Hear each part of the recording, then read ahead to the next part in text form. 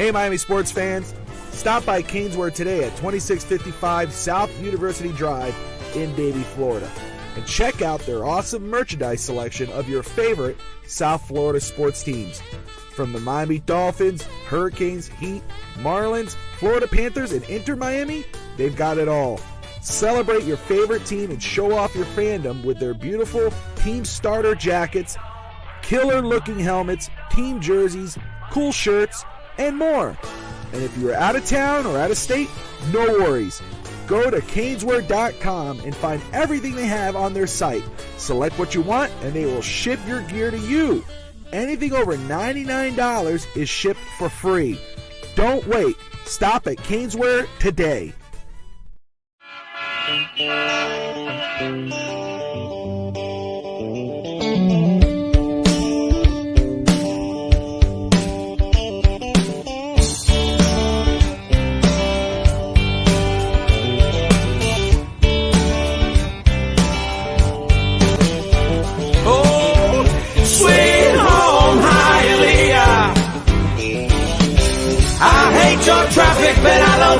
Ahora de Cuba la Bella, del Palacio de los Jugos, los chicharrones.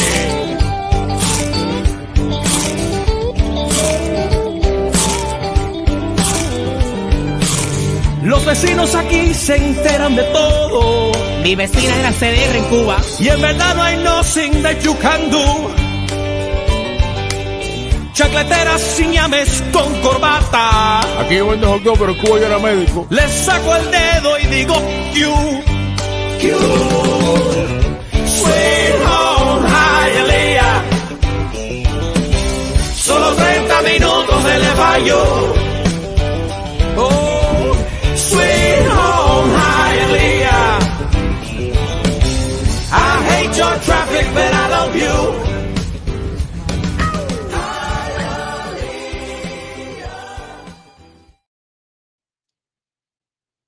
All right. Hello, everybody, and welcome to another edition of East 10th Street Boys. I'm Bobby Fidstalk, sitting here lonesome. Alex just hopped off to take a quick call, but he will be in shortly. Let's go ahead and get this taken care of. Move this here. Anyway, thank everybody for coming in. We appreciate you. A lot of news to talk about with the Miami Dolphins, Miami Heat, everyone else in between. Hope everybody's having a good evening. But first, just to talk about the Miami Dolphins, posted on earlier today about Miami's official list, at least according to Walter Football, of Dolphins draft prospect visits. A lot of interesting names on there, a lot of good names that people would like. Got Frank Gore Jr., running back out of Southern Miss. Jaden Hicks, defensive back out of Washington State, who I just recently watched and love his film. Cameron Kitchen, safety out of University of Miami. Leotau, I'm probably butchering that. Latu, defensive end out of UCLA, should be going in the first round. Patrick Paul, offensive tackle out of Houston. Anaya Smith, wide receiver out of Texas A&M. And then the interesting name that's on there is quarterback Nix. That got some people talking up on there. But I will say, I'll talk to Alex about it in a little bit, but I will say is, honestly, when I was looking at all the teams, because I looked at on everyone, basically every team met with Bo Nix. Give me a moment here. I'm going to edit this so I'm not sitting big. Get some, fix this up here. Wait for Alex to show up. He is obviously, like we brought up in the past, he's a basketball coach. So the trainer called him, so he's taking care of that. But anywho, all right, so let's get through the news here. And whether you're watching on YouTube, Facebook, Twitter, or X, we appreciate you tuning in. Just make sure you hit that like and subscribe button. Pop over to YouTube and hit that like and subscribe button. Let's take a look at some of the news here. Oh, this is something that was interesting today that I saw from Adam Schefter on ESPN. Said that negotiations between the Dolphins and quarterback Tua Tagovailoa are likely to go deep into the spring and summer and get settled possibly by training camp. He reiterated that both sides want to get a deal done. is this something to be concerned with? If you want Miami to work out this deal, I don't believe it is. This one's going to be a little more complicated than most deals, especially any of the other ones with Miami, just because you got to work out the specific details and safety nets, especially in regards of the quarterback position, in regards of Tua. Even though he was healthy last season, you want to make sure you're covering all your bases in case, God forbid, you do lose him, or they have another dry spell next season in December, and they want to move on a couple seasons. So Tua's camp has to be comfortable with the offer all the way around. Miami has to be comfortable all the way around. The good thing is Tua is on his 5th-year option, so they're in no rush. Chris Greer had said earlier in the offseason that they're going to take their time. They're going to work this. It's not going to be some very quick. You're going to wake up in the middle. Maybe, who knows, but you don't expect to wake up tomorrow morning and see that Dolphins and Tua agree to an extension. There's a lot of things that have to be worked out before that could be done. But some moves have been made, right? Christian Wilkins, they won't franchise tag him. He will go off into free agency. Miami's left the door open for a possibility of a return, or at least that's been reported. Keon Cross has been cut. Jerome Baker has been cut, which, again, they said don't sleep on him not returning, which I think would be great news for Miami. I know a lot of people want to, hate on Jerome Baker. And of course, we need already. My bad. Oh yeah, we started. Yeah, there's Alex. Let me put this back here. Let's see here. Yeah, just your face. I know. What's up, just. What's up, brother? Let me fix this up here for a sec. Important phone call. I know. Evan, hey, man, I'm not even on Evan, and you're like already. Come on, man. Come on. Oh, Evan's. Let's go here. You know what? I want to ask Evan, Bob, since he's listening. How does he feel that a Florida team is the best hockey team in the NHL? Ooh. Interesting. Interesting. Yes. Sorry, I didn't mean to interrupt. As you were. No, I was just talking about. Well, first, was touching on the Tua situation, but I'll follow back up on that. But I was just saying. So yeah, Christian Wilkins, no deal. He hasn't been franchise tagged. They say don't sleep on a possible return. But Adam Schefter reported that he's expected to get $22 to $25 million. And so that's not. First of all, I love Christian Wilkins. I love him on Miami on the field. I love him off the field. Phenomenal player. But, and this is a big but, not for $22 to $25 million. I think that's too much, man. That's a little much for my taste. I do blame, and I'm not trying to knock, I'm not going to get on this train. That's a Chris Greer mental flop to allow it to get to that point. He let the market set it out for him instead of setting in the own market and sitting down with him or a little earlier and said, let's work out an extension. He waited until, it was the finish line and gave Christian Wilkins a fair offer in his opinion. Wilkins said, that's not an offer for me. And he's moved on. Keegan Crossan was cut, Jerome Baker. And again, I was saying Baker, Drew Rosenhaus said Baker could come back. Yeah. And I don't think that's a bad thing. I actually like Jerome Baker. I know, we need an upgrade on that position. We needed another guy. We need another, but Baker, again, another good guy on and off the field. He's a hard worker. At the right price, it makes sense. Absolutely. If you could bring him back, you absolutely do it. Yeah. But hey, we got Willie in the house of 305 Sports Now, Cap for Life, Evan Posner, who we played phone tag yesterday. I will say I called him twice and he did not answer, so I win. However, worst case scenario, but what is it valued at? For example, Wilkins signs elsewhere. I know we get compensatory picks. Is it a third rounder, fourth rounder? Or I think it is a third rounder. Okay. If he doesn't, let's see. So we just going to Greer drafted X, right? That was 2016. Yeah, I think Chris Greer did draft Xavier Howard. Yes. And that's the other one. Xavier Howard, he did not want to restructure his deal. He had expressed that to the Dolphins, and he said it and during an interview, he said that he would, would you take a pay cut if your boss asked you to? Yeah. Now, again, they said do not sleep on Xavier Howard possibly coming back. Look, the more likely, I believe most of these guys are gone. All right.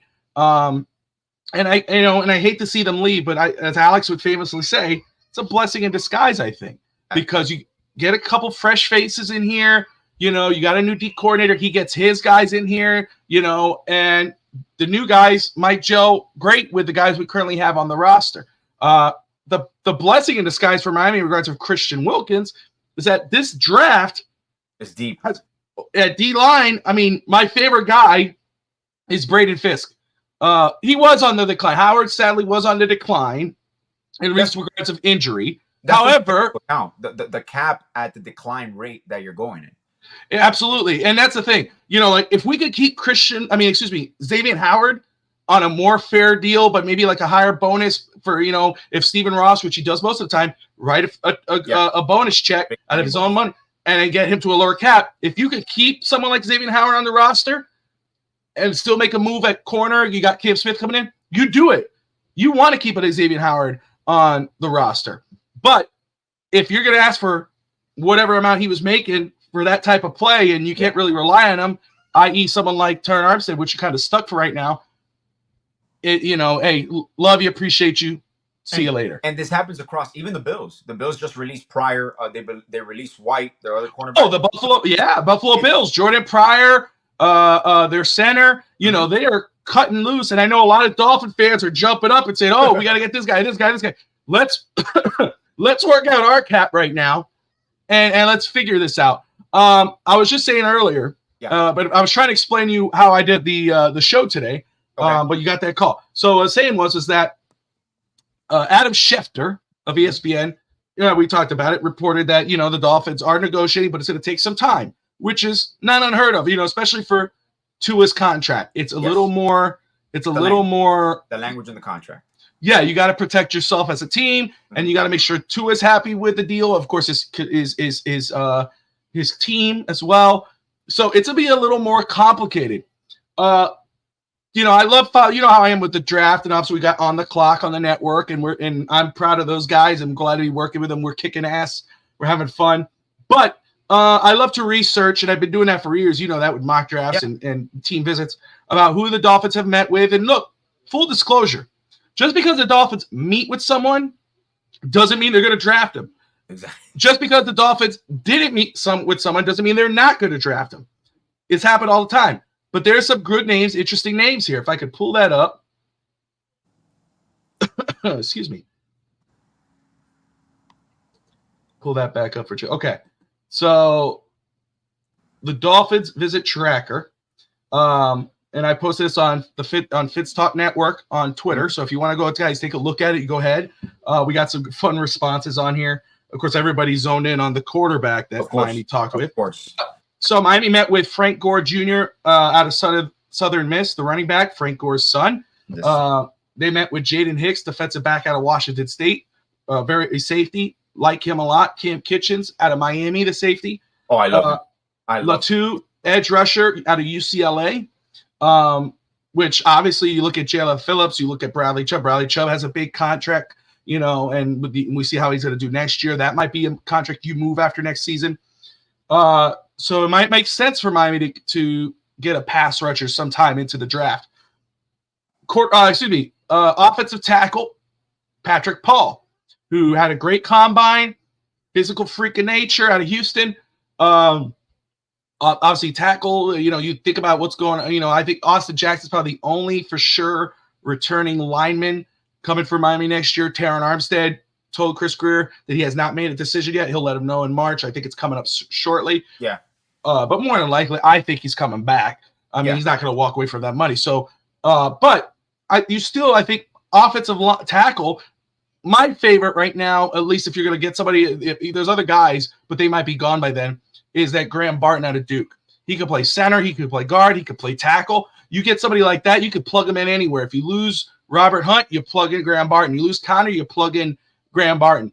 But Patrick Paul's a good look. And then Anais Smith, wide receiver, Texas A&M. I believe he was roommates with Devon Achen, if I read correctly. Okay. So interesting one there.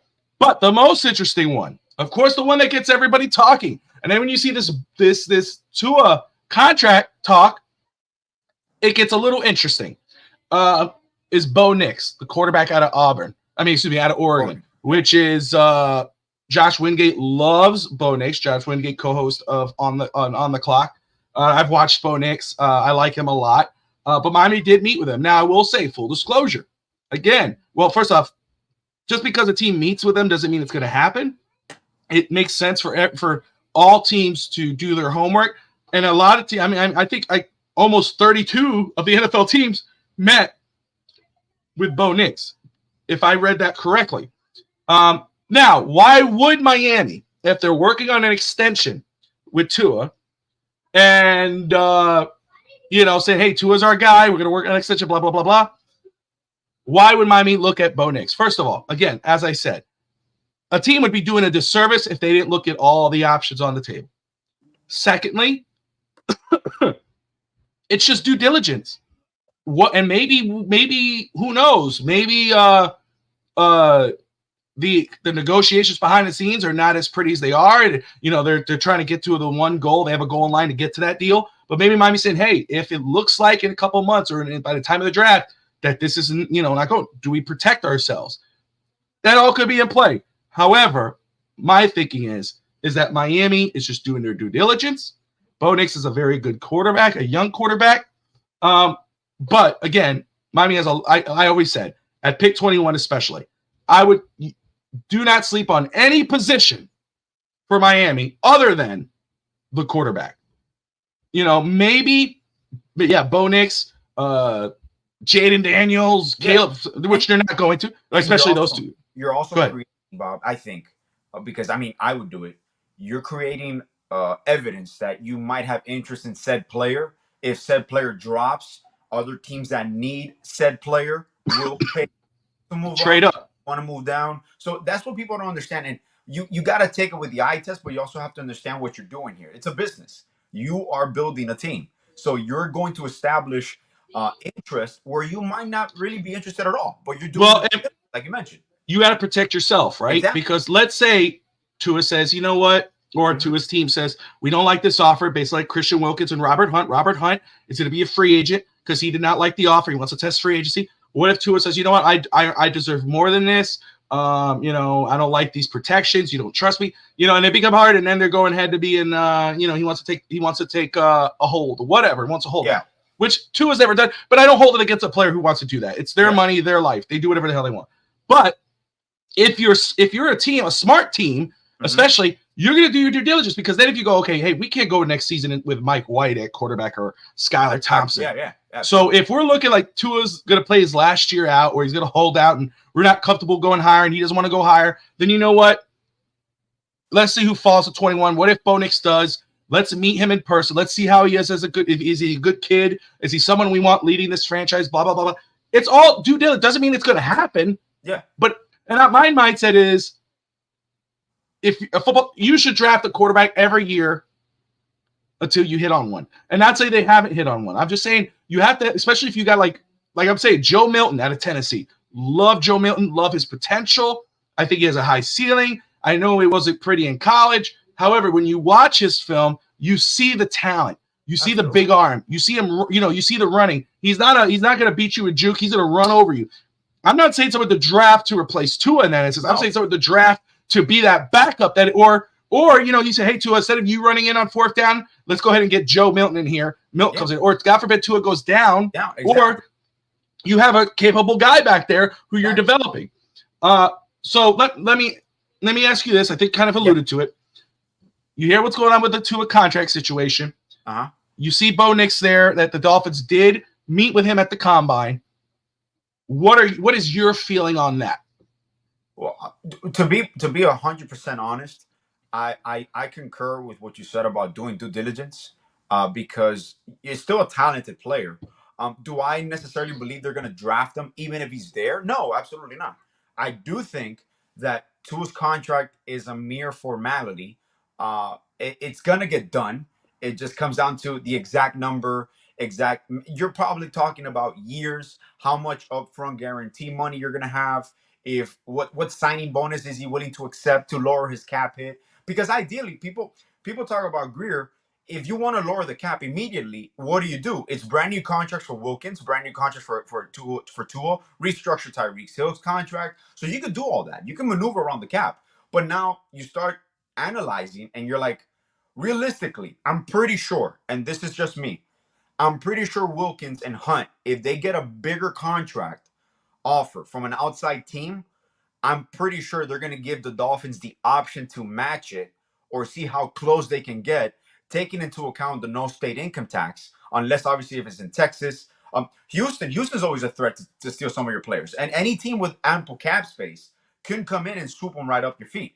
Now, there's also the possibility, when I think one of the biggest wild cards to me is that if it's our first free agent signing being the tight end, Jonas Smith, because that's another wild card there that a lot of the fan base, remember, we're very reactive. So the fan base will see that signing. I'm not saying they're going to forget Wilkins, but then you put him on a balance beam here, because you're looking now at, in this year or the next, Javon Holland's contract extension, Jalen Waddle's contract. So now you have multiple contracts coming up that we know every year you can just rework and you can maneuver around the cap just like we're doing now. But then you start realizing, like, can I replace Wilkins? I'm not saying Wilkins the personality, Wilkins the locker room presence, but can I replace his production at a lower cost maybe and allocate that money into Holland extension, a Waddle extension down the line? That's an option. So you just got to weigh your pros and cons. Like, I understand in relations to, I respect the fact that they didn't franchise him, obviously, because you're handicapping yourself and you're also handicapping Wilkins and his options. So in that part, they're being professional. They're being professional with one another. They're letting Wilkins test the market. I'm pretty sure it's one of those wink, wink, test the market, come back to me. We'll see if we can match that. We'll see if we can give you that money, or we'll rework it around a bigger signing bonus, whatnot. I do believe I believe every free agent that the Dolphins have that they truly want back, they're in good standing and a good relationship with a franchise that if they want them back and the numbers make sense, they'll have them back. So that's what I feel. But, well, and I will say this too, is that it was interesting. So I saw this brought up too with Anthony Weaver when he talked about the team. He when he was talking about players of how they could do on this defense and blah blah. He mentioned everyone else. He did not mention Jerome Baker. He did not mention Xavier Howard. He did mention Christian Wilkins. Yeah. So that's something to allude to. And of course, those two guys were cut. Wilkins did not get franchise tag. How do you know the Dolphins met with Knicks? It's out there in public forum. There's, you go to draft, of course you see who people have confirmed it or the players confirmed it. But this one was according to WalterFootball.com, who I've followed for years in regards to rumors and draft content, all that. Excuse me. They have a tracker on there. And Bo Nix, it looks like he met with most of the teams, but he did meet with the Dolphins. Of course, we know, I think Jackson Powers also met with Miami. Oh, yeah. He preaches love for the whole franchise. Loves he is the Dolphins. Begging. That's basically, to me, a warning to other teams. Like, don't draft me. Please don't draft me. I want to go here. I want to go to Miami. And the issue is too is that I have a feeling he'll be drafted ahead of Miami. I think before 21. Yeah. Okay. Seattle is a team to look at. Again, yeah, if he's there and out of all the centers available, or you want to grab him, he's a beast. But Zach Frazier out of West Virginia, that's a great. I don't even want to call him a consolation prize because I feel that's disrespectful. He's a damn good player out of West Virginia. Again, Graham Barton out of Duke is another good one. And again, Barton could play multiple positions. Guard, tackle, center. He has experience in all of it, starting experience. So I think Jackson, and again, Jackson Powers, his injury history is there. The Michigan connection, absolutely. Never sleep on that. Always important. Always important. Defense has no leader as of today, unless Salty Sealer takes the role. I would assume that Jalen Ramsey probably would take that. Yeah, Javon unless Holland. we get a hard-nosed linebacker, someone come in here that a linebacker could be the captain. I don't know if there's anyone available who could do that, but I would assume that's the one. And I feel just this is me from a coaching perspective. I feel that with Weaver, he rubs off the player vibe where people want to play for him and people are going to be comfortable playing to their strengths with him. I feel that he's someone that really will use someone. Not, I don't want to say that maybe because of the age difference. Maybe he connects better because at the end of the day, production is production. If you produce, you're gonna play, and you have to produce on the field. So you can talk all you want, but what you show on the field is what you produce. So, but I just feel there's gonna be a more organic connection between players, between their coaches and the staff. Just a mere fact. I know people think it's a little bit off or not. I love the fact that he calls the plays from the sidelines. I like coordinators that are on the sidelines because you're getting the instant reaction of the player and they're talking to you. And part of coaching is also, I love listening to players. Sometimes the best eyes on the field is not what you see on replay. And I know you get it on your iPad right away, the mistakes you made, but the players, if you hear them out, if you listen to them, they will tell you what they need. And that's something that I feel with Fangio, no knock on him, but I feel that last year's coaching staff wasn't so big on that. On actually, it's kind of like more of like, do as I say, but don't interfere or don't suggest because I'm not really going to listen to you like the first couple times. So they produced, they improved, but you could always tell that the defense was always off. Like it never flowed organically together, man. So I'm hoping this year that changes with our DC. You brought it up earlier, though. I do want to touch on something interesting. First off, about the defense. I caught it at one point. Our friend Doll Courtney had her show Doll's Diaries. She's gonna take a break she's gonna take a little hiatus for the spring, I believe, is what I heard. Just take a break from everything. But she had her last show for a little while in Doll's Diaries on Dolphins Thirsty and was talking about the Vic Fangio situation.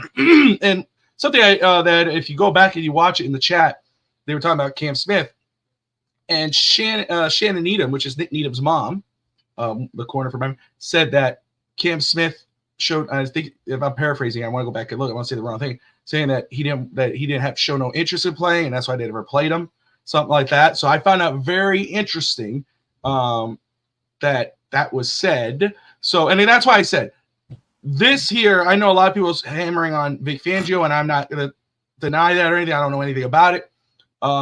You see how the players reacted after he left, so there has to be some truth and validity. It was a unison reaction. Exactly. It wasn't just like one or two guys. It was a, but in regards of Cam Smith, next year, if he doesn't see the field or he just wets the bed or whatever, then we'll know there was more to it. I think he's in prime position to make an impact next year with Jalen Ramsey, whoever else they sign. I know Miami. I saw earlier that they said Miami was interested in a corner in the draft. Miami's gonna have to make some moves. I think a trade down would be the best case scenario. Let me make sure if I could try to find that corner very quick, so everybody has a name. If not, that's okay. But my goodness, Joe Mixon, the running back for the Bengals, he got cut today. There's some surprise. I was surprised. I mean, Buffalo. We knew it was going to happen because everybody has cap situation. Now, the craziest one to me is Russell Wilson in Denver. Denver's in a full rebuild mode. $85 million in debt. What a mess. Like at this point, I don't know if it's even more. Obviously, you respect the player, and at this point, you have to respect the player because what they did to him was fucked up last year, trying to force him and illegal. Trying to force him to change the guarantees in his contract, his injury guarantees. Yeah. So I'm like, that's unethical. And like, I understand you're trying to get rid of his contract, but you can find a way around that. And you can talk to him, try to trade him, try to get some compensation back from him, even if you have to eat most of his salary. But you just outright release him. You're going to take a cap hit 1 year. So Denver's going to be a full rebuild mode. And I'm pretty sure they're going to unload more players, which Surtain comes into a play. Or is he the only one that they retain? Because I heard the rumors that they want to move possibly from Judy, from Sutton. So there's a lot of movement going on in Denver. So they're going to – and don't be surprised if they trade down too in draft-wise because they don't have anything. Well, they traded their draft capital for Russell Wilson. So you need to accumulate a lot of assets if you want to rebuild quickly. No, absolutely. And it's a huge at first, I want to thank everybody who's watching right now, whether you're watching on X, on Twitch, Facebook, YouTube. We appreciate you all watching East Texas Boys straight out of Hialeah. on the Fitz Talk Sports Network. If you're not on YouTube, hop on over, hit that subscribe and like button. Talk everything from Dolphins, Heat, Marlins, wrestling, life. We're going to touch on wrestling in just a bit because I want to touch on Sting. But full rebuild mode. No, we're not, man. well, I think we're getting to that point, Daniel. But I think obviously when Miami's kind of stripping, they are now. Stages of building, man. This is the final stages of building. No. Wow. No. Danny, bro, this is top. Miami's stripping. Now they're going to add some pieces there to make sure this is a competitive roster going into next season because they have to. But you're kind of starting to see what we're going to have to do. You saw what Buffalo did just right now. Buffalo, Tre'Davious White, 2-time Pro Bowler, their star corner. He's cut. Mitch Morse, cut. Their starting center. Jordan Poyer, who was teasing coming to Miami last year, All-Pro, cut. Their safety. All-Pro wide receiver, Hardy, cut. Not Himes, their running back, cut. Neal, cut. You see what they did. They tried to go all in, which Miami did too, and that's okay. Some teams are like that. You got to, especially when Miami, again, traded for Tyreek Hill and Jalen Ramsey, especially started with Tyreek, really. You were basically saying, okay, we're ready to compete right now. You try to take the shortcut. You put all your chips on the table. You make all the draft picks, all the trades, and it didn't work out. Now the bill is due, and you got to make some moves, cut, and you're going to lose players like a Christian Wilkins, Xavier Howard, Connor possibly, Robert Hunt. That's going to suck, but it's the bed you made. Now, again, the nucleus is very young too. That's what I will say.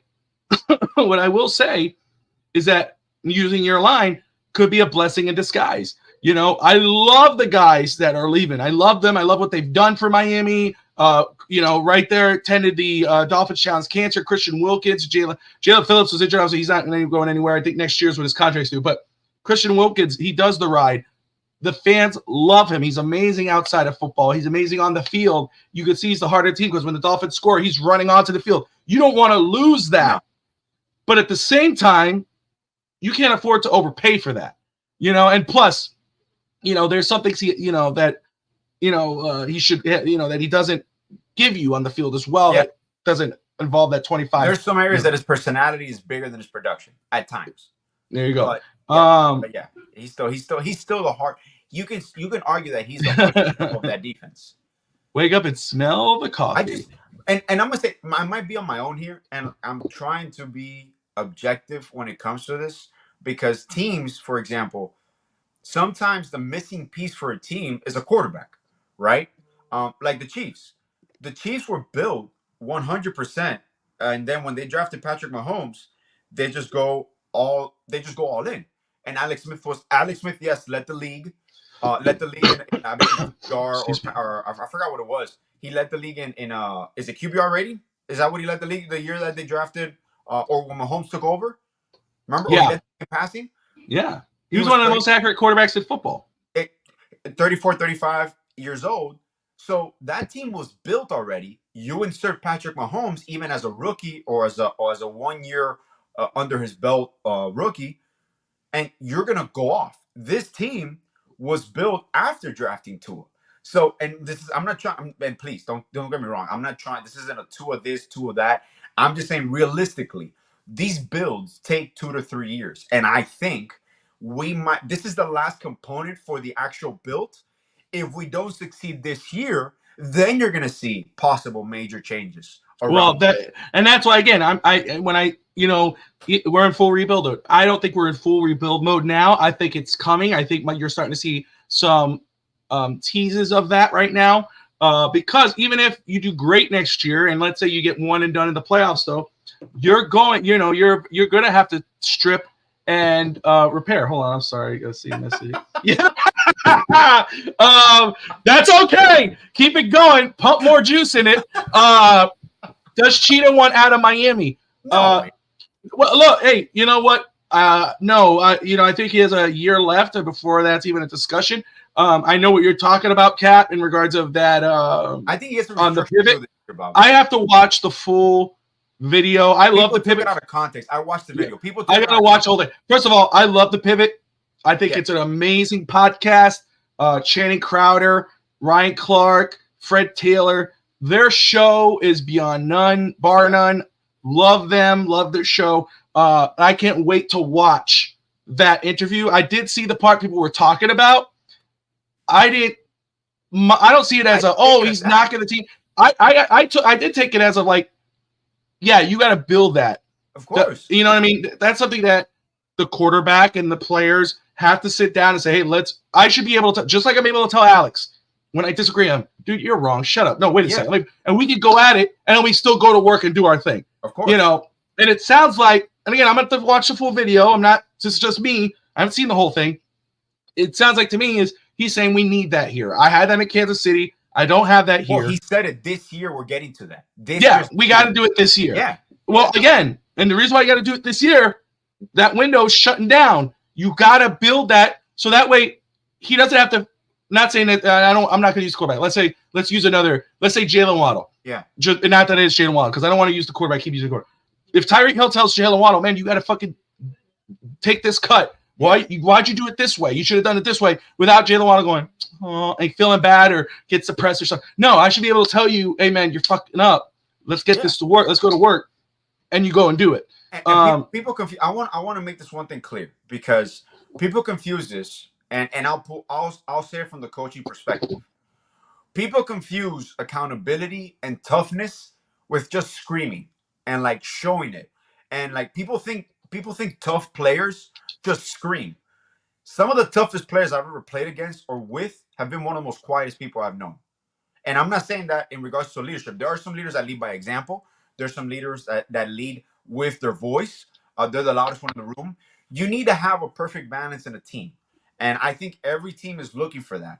What I do see is that this year, you will finally see the top of every single individual in this build, whether it's Mike McDaniel, whether it's Chris Greer, whether it's Tua, whether Raheem Mostert, if Derrick Henry comes, a chain. Like, there's a lot of situations that you already tinkered around with what you can be.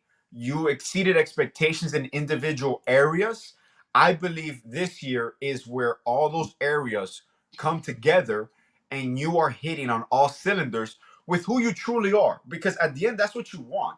Win, lose, or draw, you want to know that at your maximum, this is what I can do. This is the level that I can reach. If it's not enough, then you make moves. Then you make changes.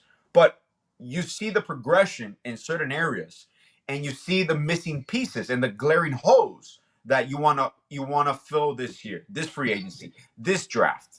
So, am I gonna say like, are we gonna probably the most talented roster we've had? That's what I thought about last year. Were we missing some pieces? Yeah, we are missing some pieces. Now, are we gonna have a more complementary roster to the style we want to play this year? I believe so. We're still gonna have the star power. We're still gonna have the playmakers on both sides of the ball. But now we're going to have those missing pieces, those missing semi-core pieces that you need to fully succeed and play into December, January, and win those games. Because that's one thing that I love. I reposted it on Twitter, on X, where Mike McDaniel, he talked for like 3 minutes about it, where he sat down is like, this is the time that you sit and you analyze the pattern, because if it happens again, there's a reason for it happening again. When he mentioned that, for a coach, for an NFL head coach, a young NFL head coach that is still trying to prove himself, Bobby, for him to say that shows the depth of self-analysis, self-evaluation, and being truthful, which players appreciate that. That's the mentality that I've always had. Even when we talk to our players, where I'm gonna fuck up, I'm gonna make mistakes because there's things that I see at the moment that might not work as I envisioned it. So we take a step back, we reanalyze. That's the relationship you build with your players, because players trust in that. Players trust a coach that's going to be like, damn, he realized we fucked up again, and he's taking his step back and realizing what he's looking at. So, but you see, the playoffs, okay, a flawed roster, but you also had an injured roster. So but I'm going to push back. That comes into play, man. You and I have debated this in the past. I know, but you and I have debated this in the past, so I'm going to push back very quick. That every roster is injured. Every roster gets hurt, and there is I mean, every roster has injuries, but for example, when we play the Chiefs, and I'm not making an excuse, we got our ass kicked. But when we play the Chiefs, their main core offensive line, Did they have any major injuries in offensive line, D line, cornerbacks? You'd have to go back and look. I don't have that in front of me.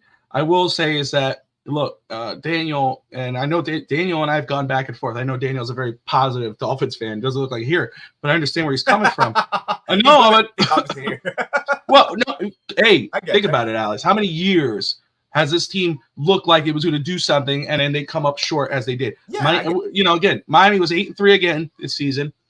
They were 3 games ahead in the AFC East. They should have won the AFC East. They were fighting for the first and second seed. Yeah, they totally wet the bed in December, in the tough stretch, and then they wet the bed in the wild card. Even when healthy, when they had most of their guys, they were still crap in the bed in December. They were injured a lot in that final stretch and into the wild card, and they wet the bed again. So was the roster flawed? Absolutely, it was flawed. That's why I had them going 11-6. Everybody had them 14-2 or 14-3, 15 and whatever. And they say, Bobby, you're nuts. 11-6, you're nuts. This team is too talented to do that. Everybody said, I said, look, you look at the offensive line. There's no depth. You know, you got injury concerns with the left tackle. Everybody was talking about Tua, but you're not looking at our left tackle, who's always hurt. Linebacker was still an issue. You looked at all of that.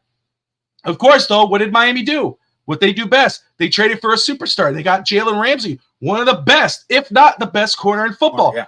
So what does that do? That puts a pretty bow on top. And now everybody goes, we're going to win, dude. Watch. We're going to be there. And that's just the naivety of fans. Fans are naive. I'm naive. You're naive. We all fall for it, but it is what it is. And it helps overlook the flaws of this football team. This team is deeply flawed. Now, that's why I say this might be a blessing in disguise. The money you save eventually by trimming the fat, and I mean that respectfully, if you could get some quality players at lower cost to fill out this roster, your roster may go deeper because now you don't have just a guy in the front, you have somebody else in the back. Like, that was the one move that I really loved from Chris Greer last season, was that he signed Kendall Lamb, who that when Taron Armstead was down, the first game of the season did not play. You plug in Lamb, and Lamb did one hell of a job. That's what Miami has to do. And I said this. I know some people were being, no, Daniel, you're good. I know a lot of people there were a lot of people who, right away they love every play that Miami's possibly going to, negotiate with and all that. But there were some people pushing back on Jonnu Smith. Why I like that Miami visited with Jonnu Smith and possibly negotiating with Jonnu Smith, according to Adam Schefter, because not only is Jonnu Smith is a good tight end and is a good veteran, get him at a good cost. I believe that you should go into the draft with as less needs as possible. Absolutely. That just because you sign a tight end does not mean you're not going to draft a tight end. If Brock Bowers is sitting there at 21, you go get him. Absolutely. But now you're not forced to go get a Jatavion Sanders or anybody else. You could go and go, okay, we got a tight end. We have Darren Smythe. We got Jonnu Smith. Now we could go ahead and focus on that offensive line guy. Absolutely. Now we go focus on that D tackle. Or we want to go draft that linebacker at 55. Let's go ahead and get him. You're not forced to go back and forth. So the Jonnu Smith thing, to me, is smart for Miami. Not only will he add to this offense and give you a good weapon at tight end, but also at a good, decent price, he fills a need. Yes. I think my philosophy is, Alex, even if it was a player that you might go, let's say I'm running the team and you go, Bobby, man, I don't know, dude. He's all right, but he's not having. But Alex, you know what it does for me now? That if I can't draft a guy in April, then I have a guy that I know could play for me right now. Absolutely. Now I have a balanced roster. I have depth and I got starters. That's why that move is smart. I'm not even talking about on the field play. I'm talking about just going into the draft with as less needs as possible. That way, when 21 comes around, you don't have to go drafting for need. That's a mistake. You draft best player available. And that, to me, Bob, and you know how I felt. We've talked about this for years, both in basketball and football. I've never believed, unless, of course, it's the first overall pick in a situation. And look, there's some players to me that I think are going to be bust. For example, I'm not really high on Caleb Williams. I'm not high on Caleb Williams. To me, personally, I don't think he's the best quarterback in this draft class. Is he going to go first overall? Probably, yeah, of course. He most but I don't believe he's going to be the best quarterback in this draft. Now, me being said, I'm not in the position to make that decision for a professional football team. But I've always believed, even first and second round, time second rounds you can push it. First and second round, to me, I draft best player available. Obviously, if I have a surplus, I look other ways, or I'll maybe trade down. But I believe that you draft your best talent because football needs change from year to year. Look at, for example, what the Bills did, right? The Bills right now cut their starting safety, Jordan Pryor. If last year they had the opportunity with the first round pick to draft the most talented player was a safety, they're like, oh no, you know what? We just signed Jordan Pryor to an extension. We really don't need that. Now all of a sudden that position becomes a need for them, which they're gonna. I believe they re-signed one of their players already to a lesser contract, a lesser annual average, so it's a less of a cap hit. But just an idea, just an example. People, you cannot draft that high up just for need.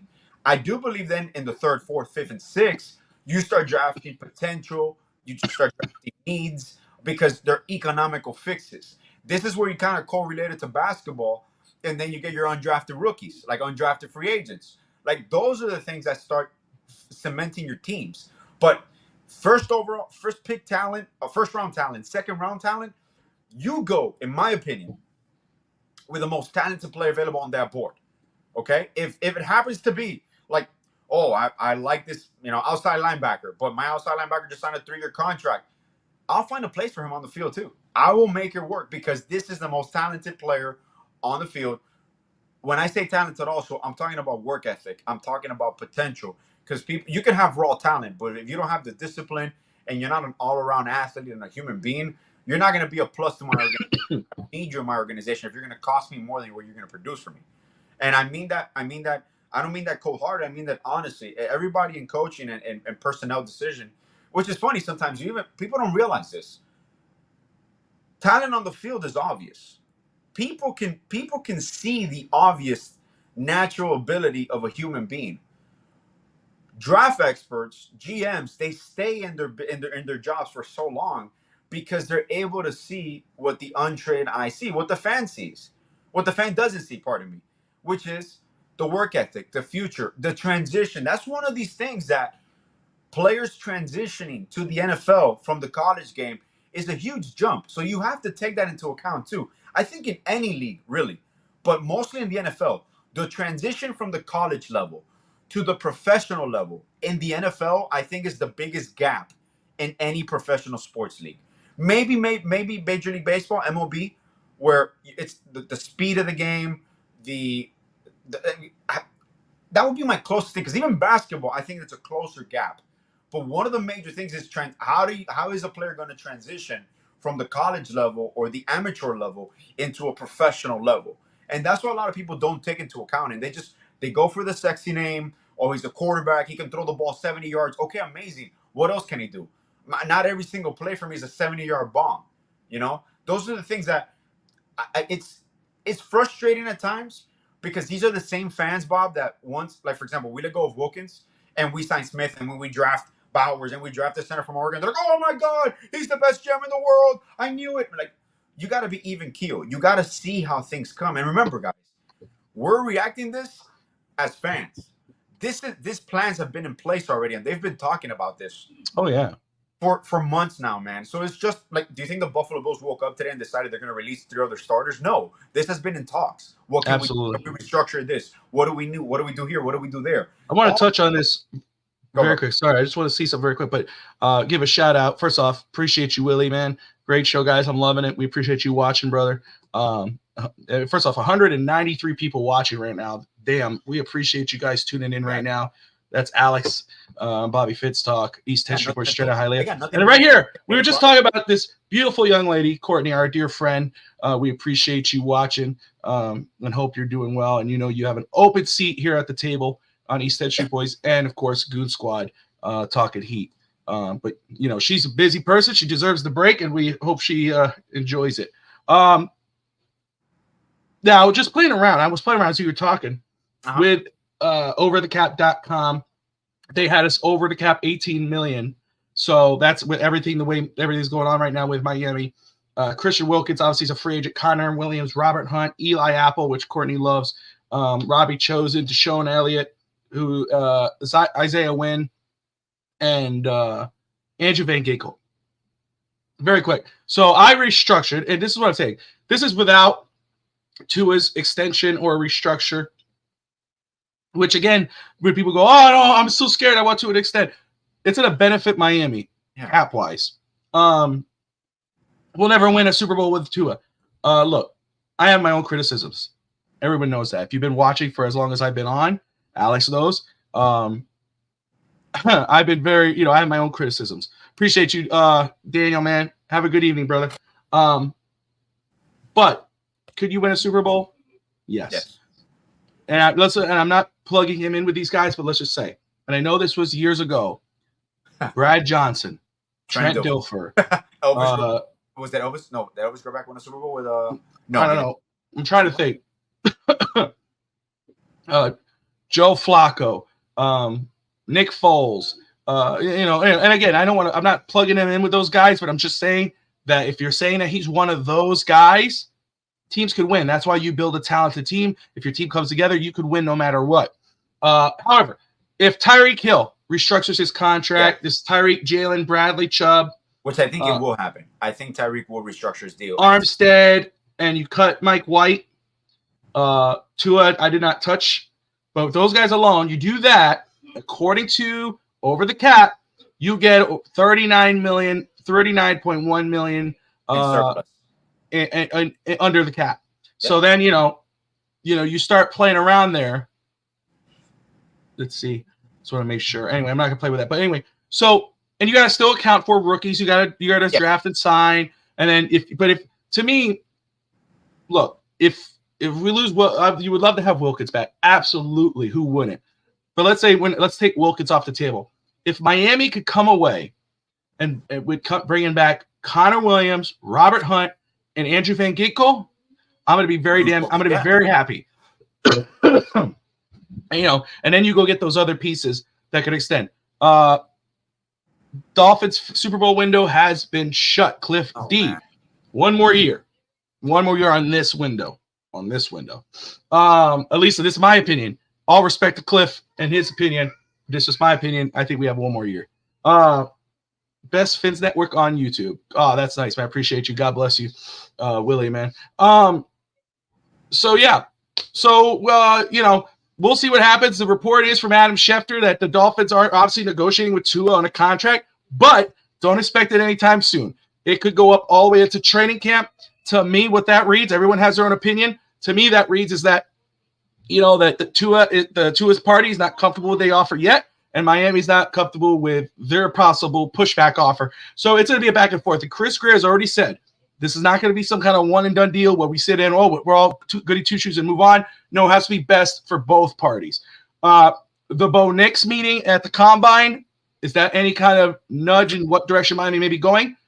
I don't think so. I think Miami's doing their due diligence. You should sit down with guys. It's, maybe Miami's, like Alex said, teams see, oh crap, wait, they're negotiating with Tua. Might not work out. They're meeting with Bo Nix. I need Bo Nix. Let me go ahead and trade up ahead of Miami or trade to Miami. Miami moves down. I go get Bo Nix or whatever. It could be that way. Or Miami saying, hey, we're just prepping for the worst. If Tua's showing no signs he wants to re-sign, or we're not, he's giving us that Chris Wilkins, Robert Hunt treatment and wants to test free agency, we need to do the best for the team. Let's go get a guy, if that is Bo Nix or whomever. We don't know. It's all hearsay, speculation, but Miami has met, according to the draft trackers, Walter Football, and some of the that they met with Bo Nix. He's one of the players. And Adam Schefter reporting that Miami might go into negotiations with Tua Tagovailoa well into the offseason and probably into the preseason next year. So it's going to be a long offseason if you're dying for an offer to get done or trying to figure out Miami's deal. And just to say, I love the Jono Smith move. Again, as I've said. Yeah. I think it's a great move for Miami. Go with as less needs as possible. I'm absolutely down with that. And you know what's also, Bobby, a concept also that people sometimes they don't like to see it because there's a lot of insecurities from the outside in. But if, for example, if Tua's party and the Miami Dolphins front office know that a contract offer is semi there, and it's going to be accepted, and they're just hashing out deals.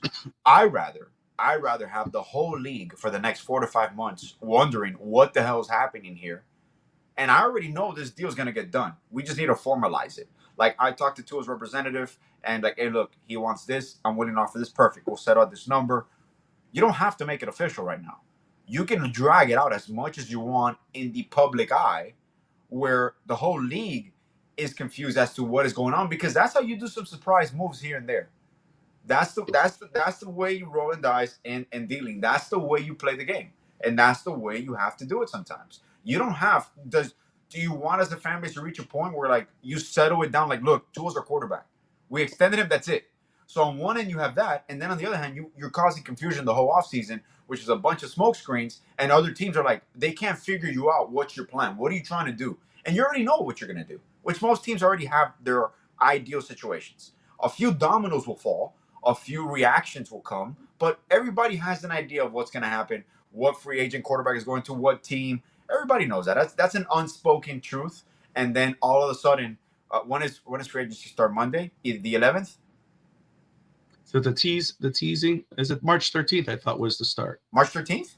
Yeah, unless it's the official start, but who knows? Yeah. Very quick, I want to update this very quick. Injury update just released for the Miami Heat 1 minute ago. Josh Richardson underwent successful right shoulder surgery today, a 90-minute labor procedure to repair the right shoulder injury stability. He will miss the remainder of the season, but it is expected to make a full recovery. Yeah. Alex, your reaction?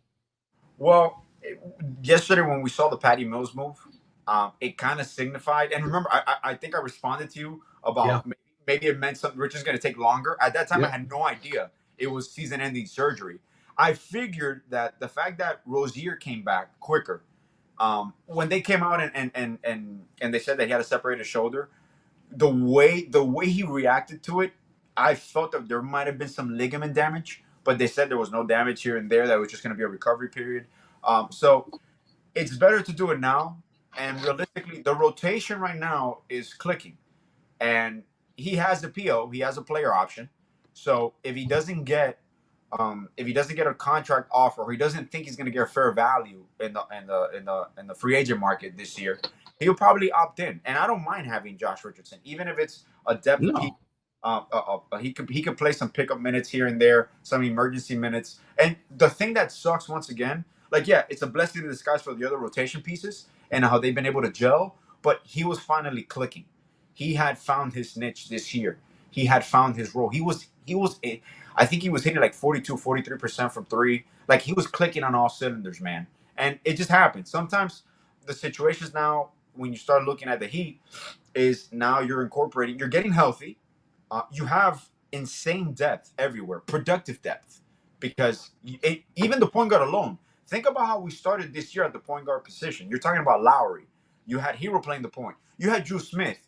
Now all of a sudden, your point guard rotation is Rozier, a little bit of Hero. You got Jovic starting, and I think Jovic is going to start the remainder of the year into the playoffs.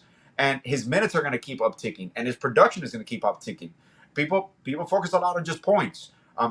There is situational basketball where it's reads on the moment, where Jovic's cuts are instrumental to creating lanes for Bam. And the regular fan is not going to see it. And I'm not, like I said, every time I talk about this topic, when we're off air, I love talking to you about it because it's just, we're chill. When I talk about it on air, I try not to sound like, I really try not to sound like, oh, I know what I'm talking about, this and that. I don't like when people come off that way. But this is, especially with Jovic, is cool to see it play out, because this is something that we talked about for so long. And exactly the way he's playing now is what I envisioned like almost a year and a half ago. But I understood he's not there yet.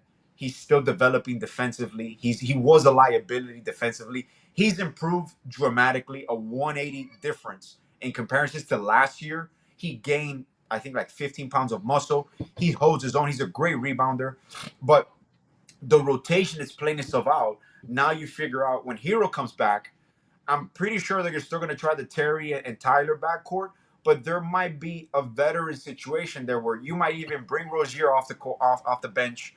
And even if you bring Duncan Robinson off the bench, the way you stagger your lineups, you have to have the fluidity that you have right now with Duncan starting, playing with Bam, playing with Jimmy, playing with Jovic. It creates so much space for everybody on the court, and it's the way he. If you notice, the biggest difference, and I'll end it here. Since their losing streak, Yeah. defensively, they're 20. I think 20 points net rating better than they were before, Yep. and that's just focus. That is just determination. That is just togetherness. Because they're not more talented than they were 2 months ago. They're healthier, but they're playing cohesively. They're playing their attention to detail. They're beating the teams in Miami Heat basketball ways. They're just Yep. not outscoring them. They're beating them down. Every team that plays the Heat is held below their scoring average for the most part. So that to me, when I saw that, and when I saw these moves with DeLon Wright and Patty Mills, I'm like, okay, those are depth pieces because anything can happen, but they're productive. And with Patty Mills, you have a veteran presence, which I think is like 35, 30. I forgot how old he is. I think it's 35 or 36, but he's still shooting 38, 39% from three. DeLon Wright is still one of the best point of attack defenders that there is in the NBA. So you have depth that works cohesively well and still can produce on a night to night basis where you can give some rest to Jimmy here and there. Love is recovering from the knee issues. Tyler Hero with his foot issue now. So those are things that slowly but surely come into play, and you're hitting your strides at the right time, and that's the key part here. Because you can talk all you want about playoff Jimmy and the way this season started was a little bit low, but you're hitting everything in stride without having any setbacks realistically. Only Josh Richardson out of your core piece, and you incorporate Tyler when he comes back. So I feel that it's the right moment, it's the right time, and you're only gonna see an uptick to me. Um, Even with Hawkins ran into kind of like that rookie wall, but he's overcome it. Why? Because he's being played more. Not so much next to Jimmy. He's allowed to be more of himself, and that's what I love about Spo. Spo will recognize it, and he'll change the rotations. He'll change the rotation patterns to accommodate to his athletes, to his stars, to his personnel, and the way they've bought into it. It's really cool to see it succeeding at this rate. And the most important part, aside from the defense, is they're having fun playing the game of basketball. You love that fire. Jovic got suspended a week ago or 2 weeks ago. He got thrown out of the game, which he shouldn't have gotten thrown out of the game, honestly. That was the NBA is I remember what we said though. Yeah. Remember a couple years ago that was Yeah. that fight between Coach Spo and UD and Yeah. Jimmy lit a fire. I think that right there kind of woke them up.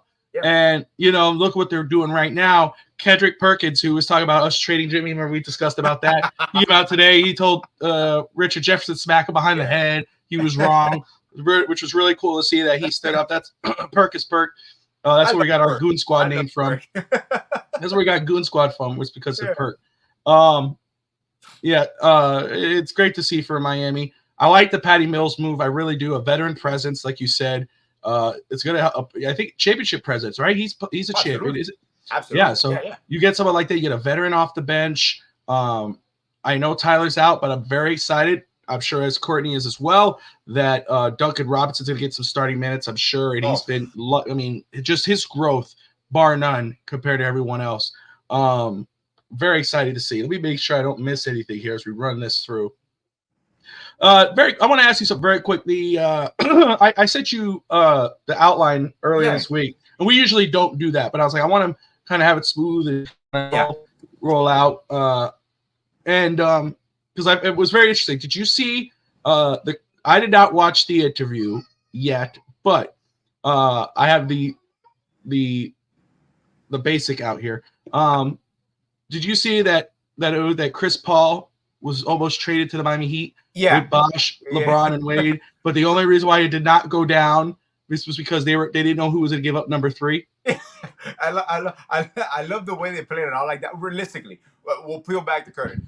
That trade did not happen because of a number. It was funny and cool how they played it out because of a number and how it came down to it. But and people remember after the first year, people that didn't follow the Heat, there was a lot of talk about moving from Chris Bosh. People thought it was about LeBron James, and then they made the rumor with Chris Paul and LeBron James. If we would have not won that second year where we beat OKC, there was rumblings that there was going to be a move made to break up that core, which you knew the core would work. It was just a complementary piece that needed to be around them. And that's, to me, is one of the best coaching jobs that Spo did, is where he at that moment realizes not only the famous talk about LeBron, this is your team, and I'll be 1B and you're 1A, and I'll be the second option between Wade and Braun. It wasn't only that. It was that Spo realized I can't play traditional basketball.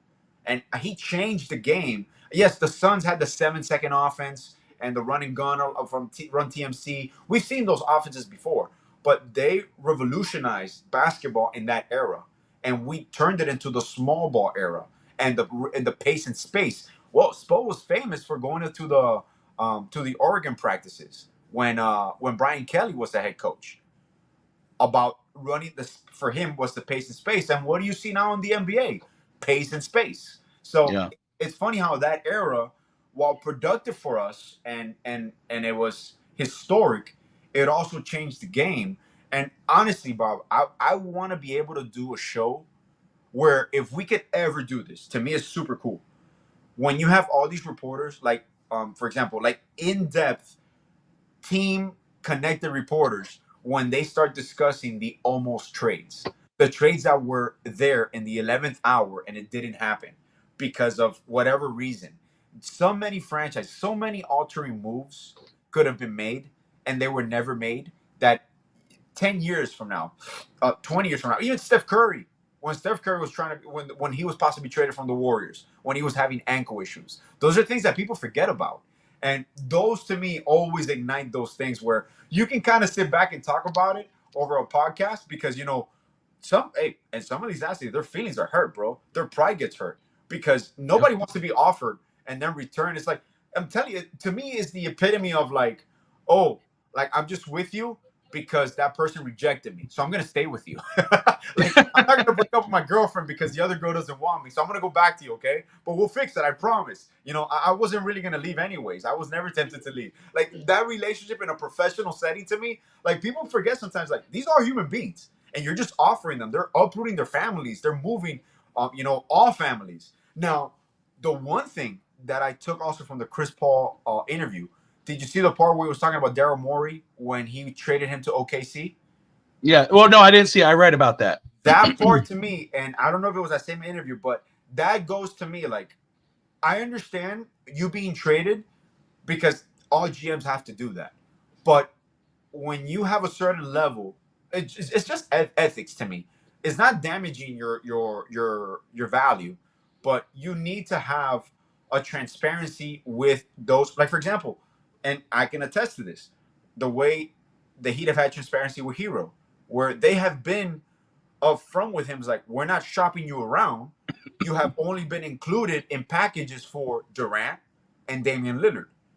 Like, you can have that conversation, and as a professional athlete, I can understand I'm being shopped or I'm being talked about for a top 75 player in NBA history.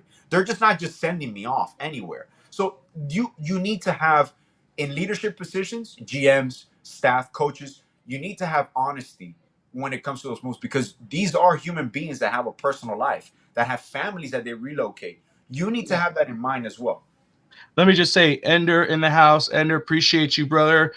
Thank you for the super chat. $10, man. That's pretty neat. Appreciate you, dude. See here. Hope you're doing well. It's been a little bit. Just talking Miami Heat right now. We were talking Dolphins earlier. We'll touch more on Dolphins as the night goes on. Let's talk some culture talk very quick. Let's do it. See, I forgot I had my little cutaway scenes, and I messed up. Should have done this first, and then do that second, but didn't do it. So, but that's okay. Didn't do it. I will say though, the Florida Panthers are kicking ass right now. 41-16. I think they won last night. Did they win last night? 43-16 already. 43-16. Yep. I mean, my goodness, man. They made a big trade today. I know they're rumored to be in on defensive man Noah Hannafin, but I think they made a trade. I'm trying to remember the name. I can't, but that's okay. From the Senators. Yes. But I just love that they are. Say it again. Tarasenko, he's a winger. Yes.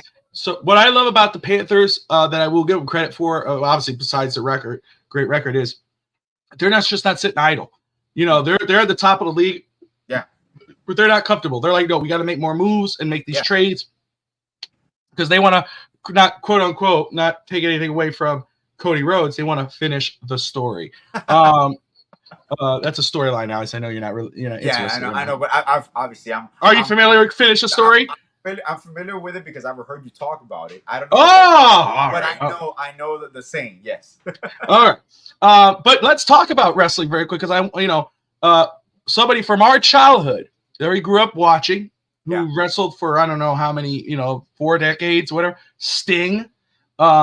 He wrestled his last match for AEW Revolution. I believe it was Revolution. It was a tag match for the tag team titles. They ended up winning. Darby Allin is his tag team partner. I'm more, I watch more WWE than I do AEW, but I follow that just because of Sting. He did some crazy stunt, jumped off the ladder, but you could tell he wasn't aiming for those two guys, but he jumped off the ladder, basically Harrison, went back first into a real glass, went through 2 chairs, and his back was all effed up. I thought the coolest thing of the night, though, was the... How old is Sting, Bob? Is he like in his 50s or 60s? I think he's close to his 60. Let me take. If I can imagine as a 36-year-old jumping off a ladder and doing like 2 backflips through glass. He is 64 years old. That is insane, man. Now he didn't jump through glass. I mean, he did. It was Darby Allin. Okay.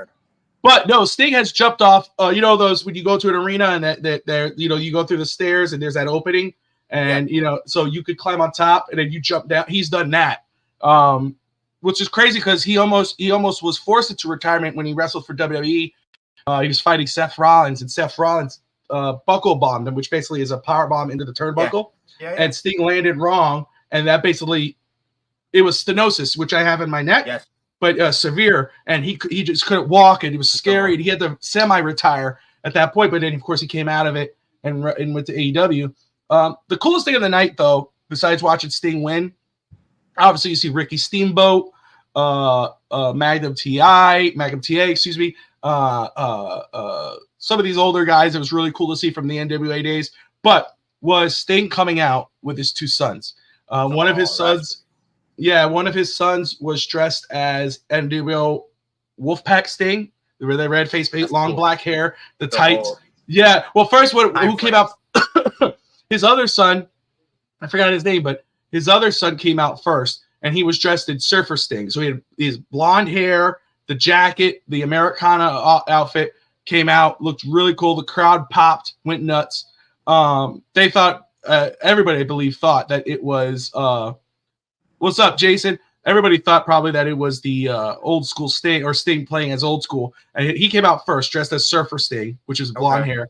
And then came out the other son dressed as NWO Sting. And then Sting came out. And it was the father and his 2 sons.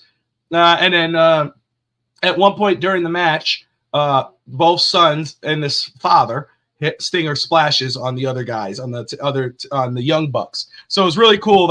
And his kids look like wrestlers. I don't think they are, but they look like they were like the wrestlers. Hell yeah! I think they need to sign a deal. But anyway, Sting was never my favorite wrestler. I always used to love his entrance, and I always thought he was the toughest wrestler. Yeah, I thought he was the toughest wrestler. Well, I mean, you were more WWF. You were The Rock. That's WCW. Yeah. I was WCW. You were WWF. Just like I was football. You were basketball. Yeah. So I was more into Sting, Diamond Dallas Page, Hollywood Hogan. Man, we used to have debates on who was better, Hulk Hogan or The Rock.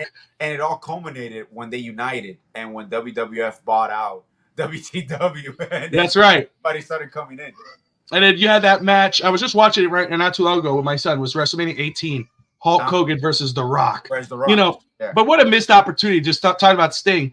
Because Sting always wanted, when he signed he always wanted to have that match with The Undertaker. 2 mythical guys. That would have been an epic match. Why didn't it never get done? Well, Sting never went. After WCW shut down, Sting jumped over to TNA wrestling. Yeah, I remember. Because he was afraid that WWE, because he wasn't a WWE guy, was gonna shit on him, basically. Yeah. So he was like, he wasn't safe. He didn't feel safe with them. It wasn't until later on. And I've seen Sting in person. I was in the front row in TNA with Tati when we were just friends. I remember when Sting had the bat and he went like this, basically was bowing at one point. He did that to all the fans, but when he did that to me, I was like, I was like, a fanboy. So I got a lot of love for Sting.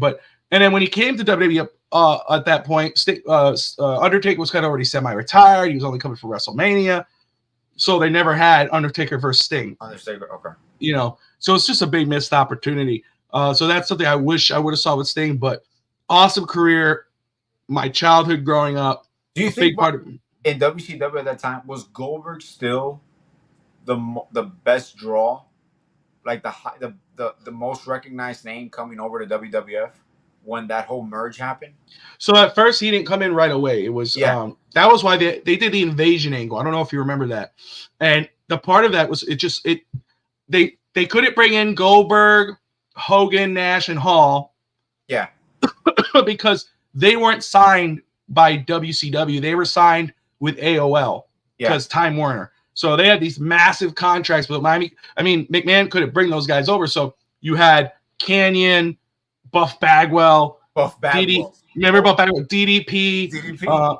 You had all those guys coming over, but you didn't have those mega stars. So the invasion just wasn't great. It was just kind of all right. Okay. That's why, like, when a year later, when those contracts went up, then you saw Goldberg show up, the Hogan, Nash, Hall. If those guys would have been involved, that would have blew up. Well, the invasion. That was my favorite time. I still think that's the best time in wrestling. When actual Goldberg, Hulk Hogan, and over to WWF.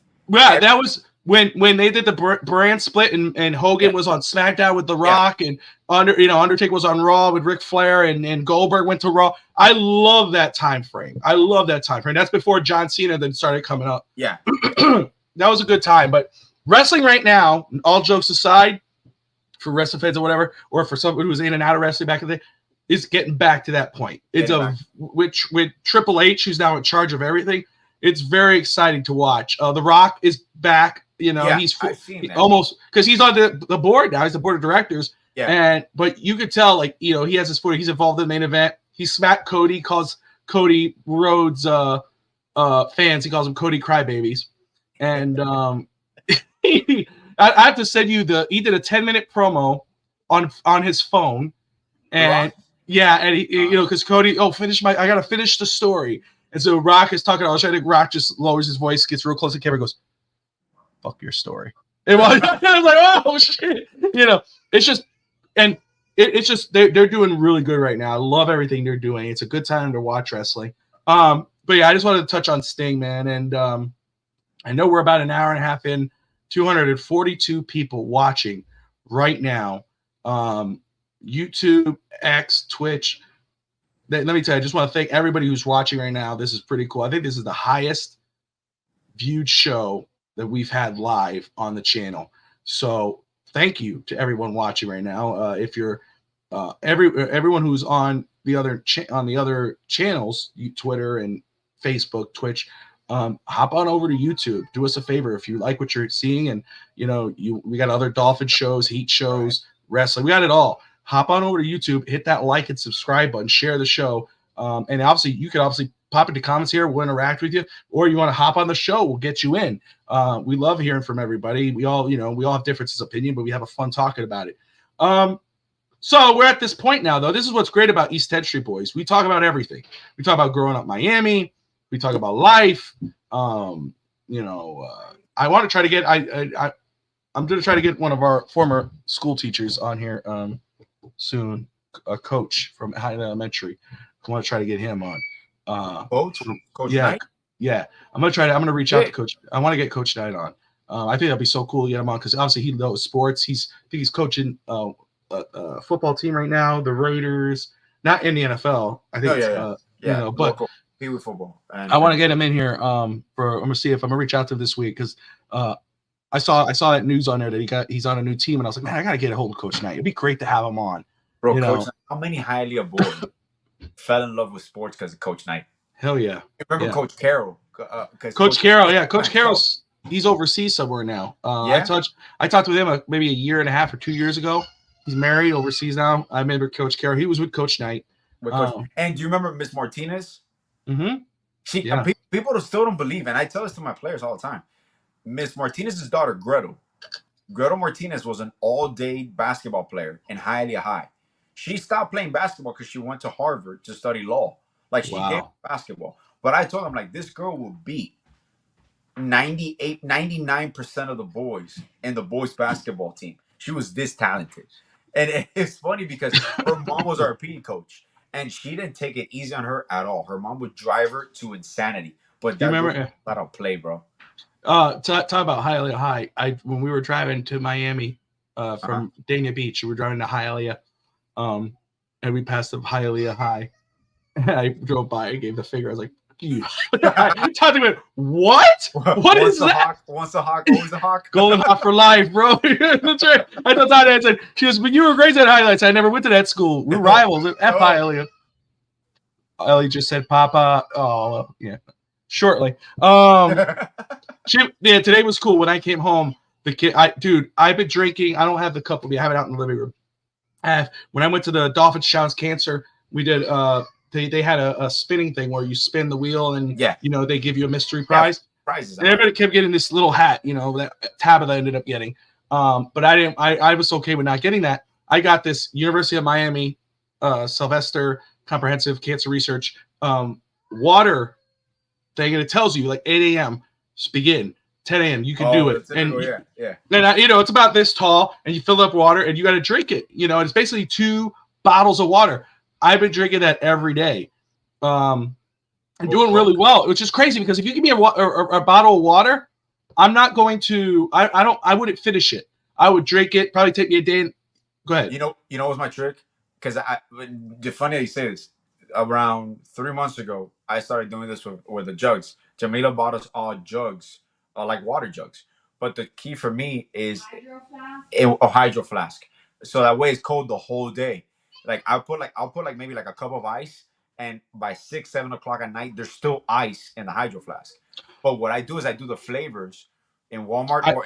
I know, yeah. You used to get me with the flavors. The energy ones is like. There's peach mango. There's now it's just cherry fusion. Yeah, you used to hook me up with the lemon. You used to give me lemon water. But no, see, I'm okay with my water. I'll say I like it cold, but I don't mind if it starts to get room temperature. I can still finish it. But what I was saying is that if you give me a bottle of water, I'm probably not gonna finish it. You know what I mean? I'll have it there. Probably I could finish it the next day or whatever. But with this, it's like I don't know if it's a mental thing. But I'm finishing it. I see, oh, shoot. Okay, it's almost 2 p.m.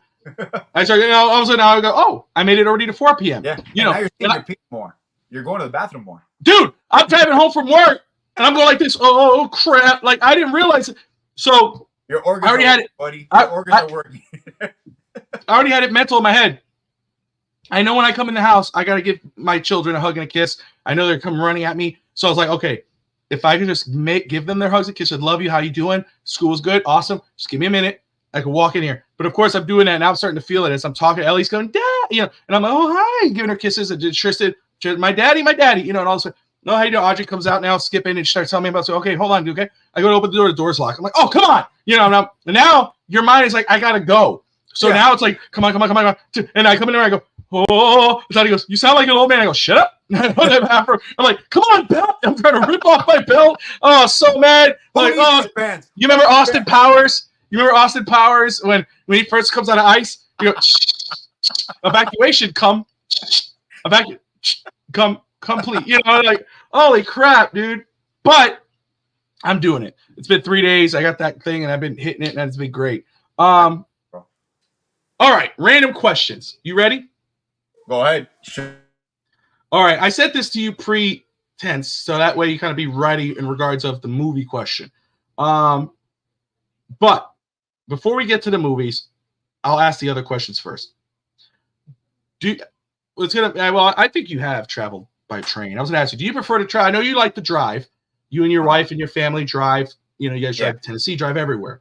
Yeah. However, if you had a choice other than driving, do you prefer to travel by air or by train? Depends on the route. Depends where you're traveling. Because sometimes the train is more a scenic route. I've always wanted to ride the bullet train. I love speed, so I've always wanted to ride the bullet train in China, in Asia. I used to when we went to Spain when I was like 14 or 15, I want 13, 14. We traveled to various cities by train. It's a very cool experience. It's a scenic route.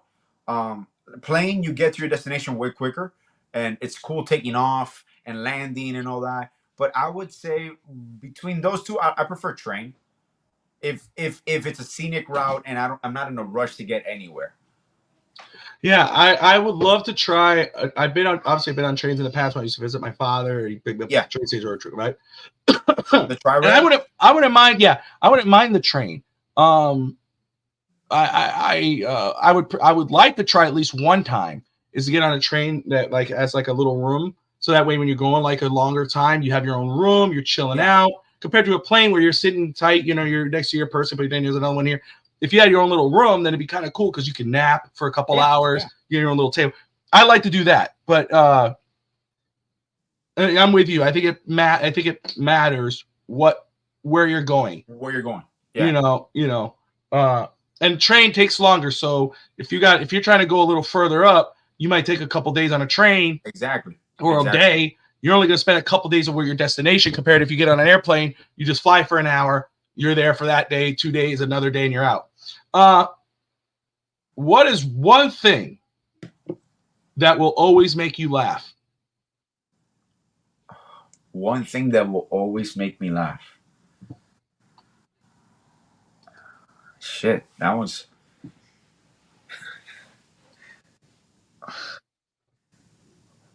God, that's a hard one. One thing that will always make you laugh.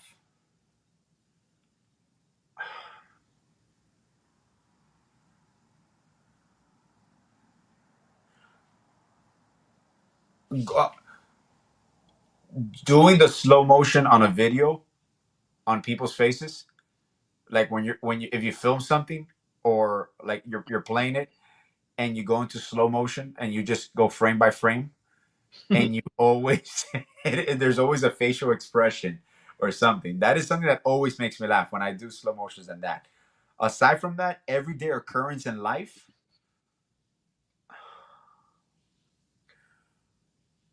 When people say that they have to take a shit in Spanish, they're like, oh. When I hear the word caca, I always laugh for some reason. It's always and the older the person is, the funnier to me. The funnier it gets. Oh, the funnier the sound coming out of that person saying, "Oh, I did caca" or something. It's just a funny word to me because I associate it with a child. That's When I hear it, "Hey, caca," I'm like, "It's a baby. That's a baby thing." No, I just gotta use the bathroom. For me, the reason, and I thought it was a great question because so it's two things. One thing that always makes me laugh, Harrison, Fortnite rage when he gets upset, especially if it's something that I did. So one thing we're starting to do now is Tristan's on the other Xbox. I'm in the Xbox in my room, and we'll three-way with Harrison because Harrison's like, "Oh, you want to play?" And I was like, "Oh, I was about to play with Tristan, but so let's go." So Harrison's at his house. And he goes online. It's a three-way, and so it's me, Harrison, and Tristan, and you're playing Fortnite, which I don't know if you're familiar with that or not. Yeah, I don't play it. I'm familiar with Fortnite. My son's obsessed with it. He doesn't play it, but he's obsessed with Fortnite. And Fortnite. Tristan's really, is good, even though he drives us crazy because of some dumb things, but Harrison is somebody he thinks he's better than, it's just what it is. And he's good, but he loves to jump ahead and all that. Well, it's this farm area, we get our guns and you go and you eliminate people. And Harrison jumps ahead. He gets this little bungee rope that makes you go faster. But the risk of that is if you go way ahead of me and Tristan, you're risking yourself to get jumped by three. Exactly. You're on your own. So anyway, we get to this farm area, which is really a hot spot. And, I think we wiped a couple people. I'm not sure. But anyway, I remember, there's this one guy I drop and I'm shooting at them. They're shooting at me. But I notice I'm starting to die. So, oh, crap. So I start running. I'm running away. And that person's following me. And I tell it, Harrison's coming this way, so I'm coming around. Harrison's coming here. He So gets caught in the crossfire. yes, so all of a sudden I'm ready to go, watch out, and he goes, damn it, Bobby, why are you running, you freaking pussy? He goes, oh my god, dude, he gets eliminated. He's so upset. I'm dying. I am dying with tears in my eyes because we got wiped. Because eventually I got wiped, and he is like, what? You're so stupid. You're a wuss, man. You're running him towards me, and then he's running away. Which not what I was thinking. I hear his voice while he's saying that. Oh, and standing up, throwing the controller. Dude, I had tears out of my eyes. I was dying. He started laughing because I couldn't breathe. He could hear me from the phone because you could just see he just, you put fat ass. I'm dying. That always makes me laugh, shit like that. And Tristan, we were playing the Royal Rumble on WWE 2K23. And, you start off at 1 and 2, you pick a guy, but if you get eliminated, you could pick, I'm going to be number 10. You don't know who number 10 is, but you just keep going. Anyway, the match, it's the last two. We're the last two. And the end ends up being, I'm Cody Rhodes, Tristan CM Punk. And so it's, you look at each other, and I'll tell you, I went to go grab Tristan to dump him, but he hit me. So I go, oh man, I said, damn. I said, I was gonna go shake your hand. He goes, what? I said, just goes, what? I go, I was gonna shake your hand. Do you know how to do that? He goes, I don't know how, you can't shake your hand. I go, yes, you can. I go, yes, you can. You can shake hands. And he goes, really? I go, yeah, let me show you. He goes, oh, okay. So he lets me get up.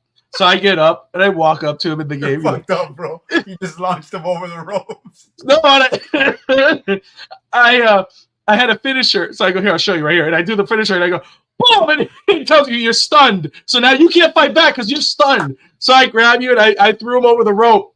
And Tristan goes, after I did the move, he goes, and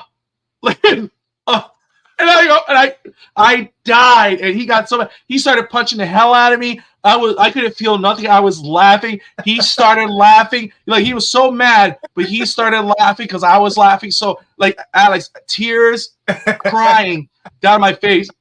That shit always makes me laugh. Like, it was like, that was hilarious. Tati, he was so wrong for that.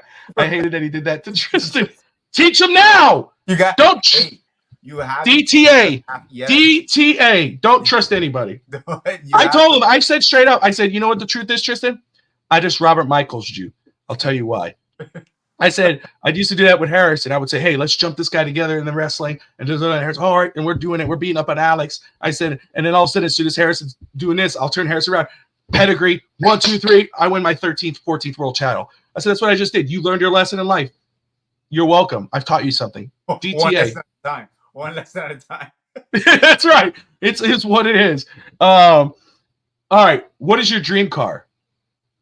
My dream car. Yeah. My dream car is still a Porsche Carrera or a Porsche 911. Well, I forgot what it was. It's always been a Porsche since I was little. But really, recently I found out I've been saying it wrong. It's not Porsche. It's Porsche. Porsche. Yeah. So that's that. Your wife taught you that? This year. By his wife.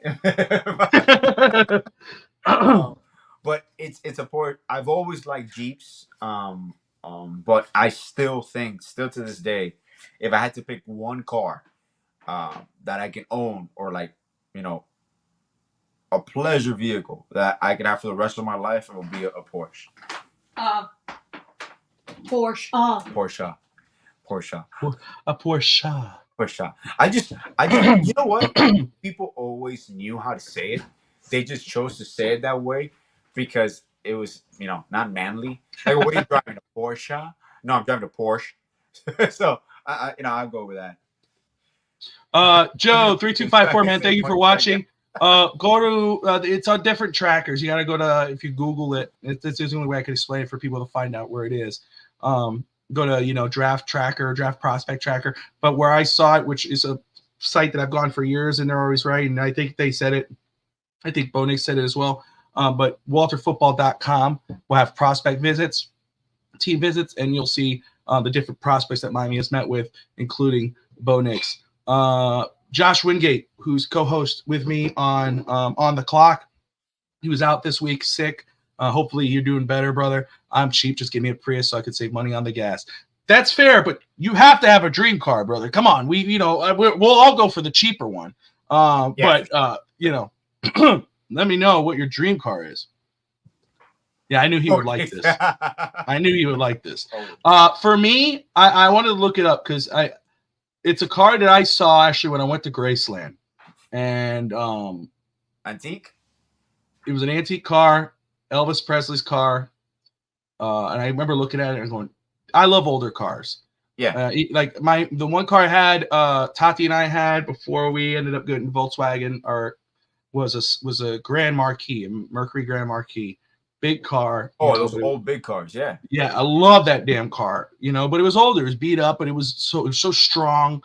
I mean, Tati loves it too. We always said, man, if we see one in good condition and we could get it, we'll get it, But that's not my dream car. It's the Stutz Blackhawk. Stutz Blackhawk 3, 1973. If I could find it here, I will show you. I think I pull it up. A muscle car. It's a pretty car. It was all in black. Oh, okay. Let me see. Let me see if this is it here. It's not that good.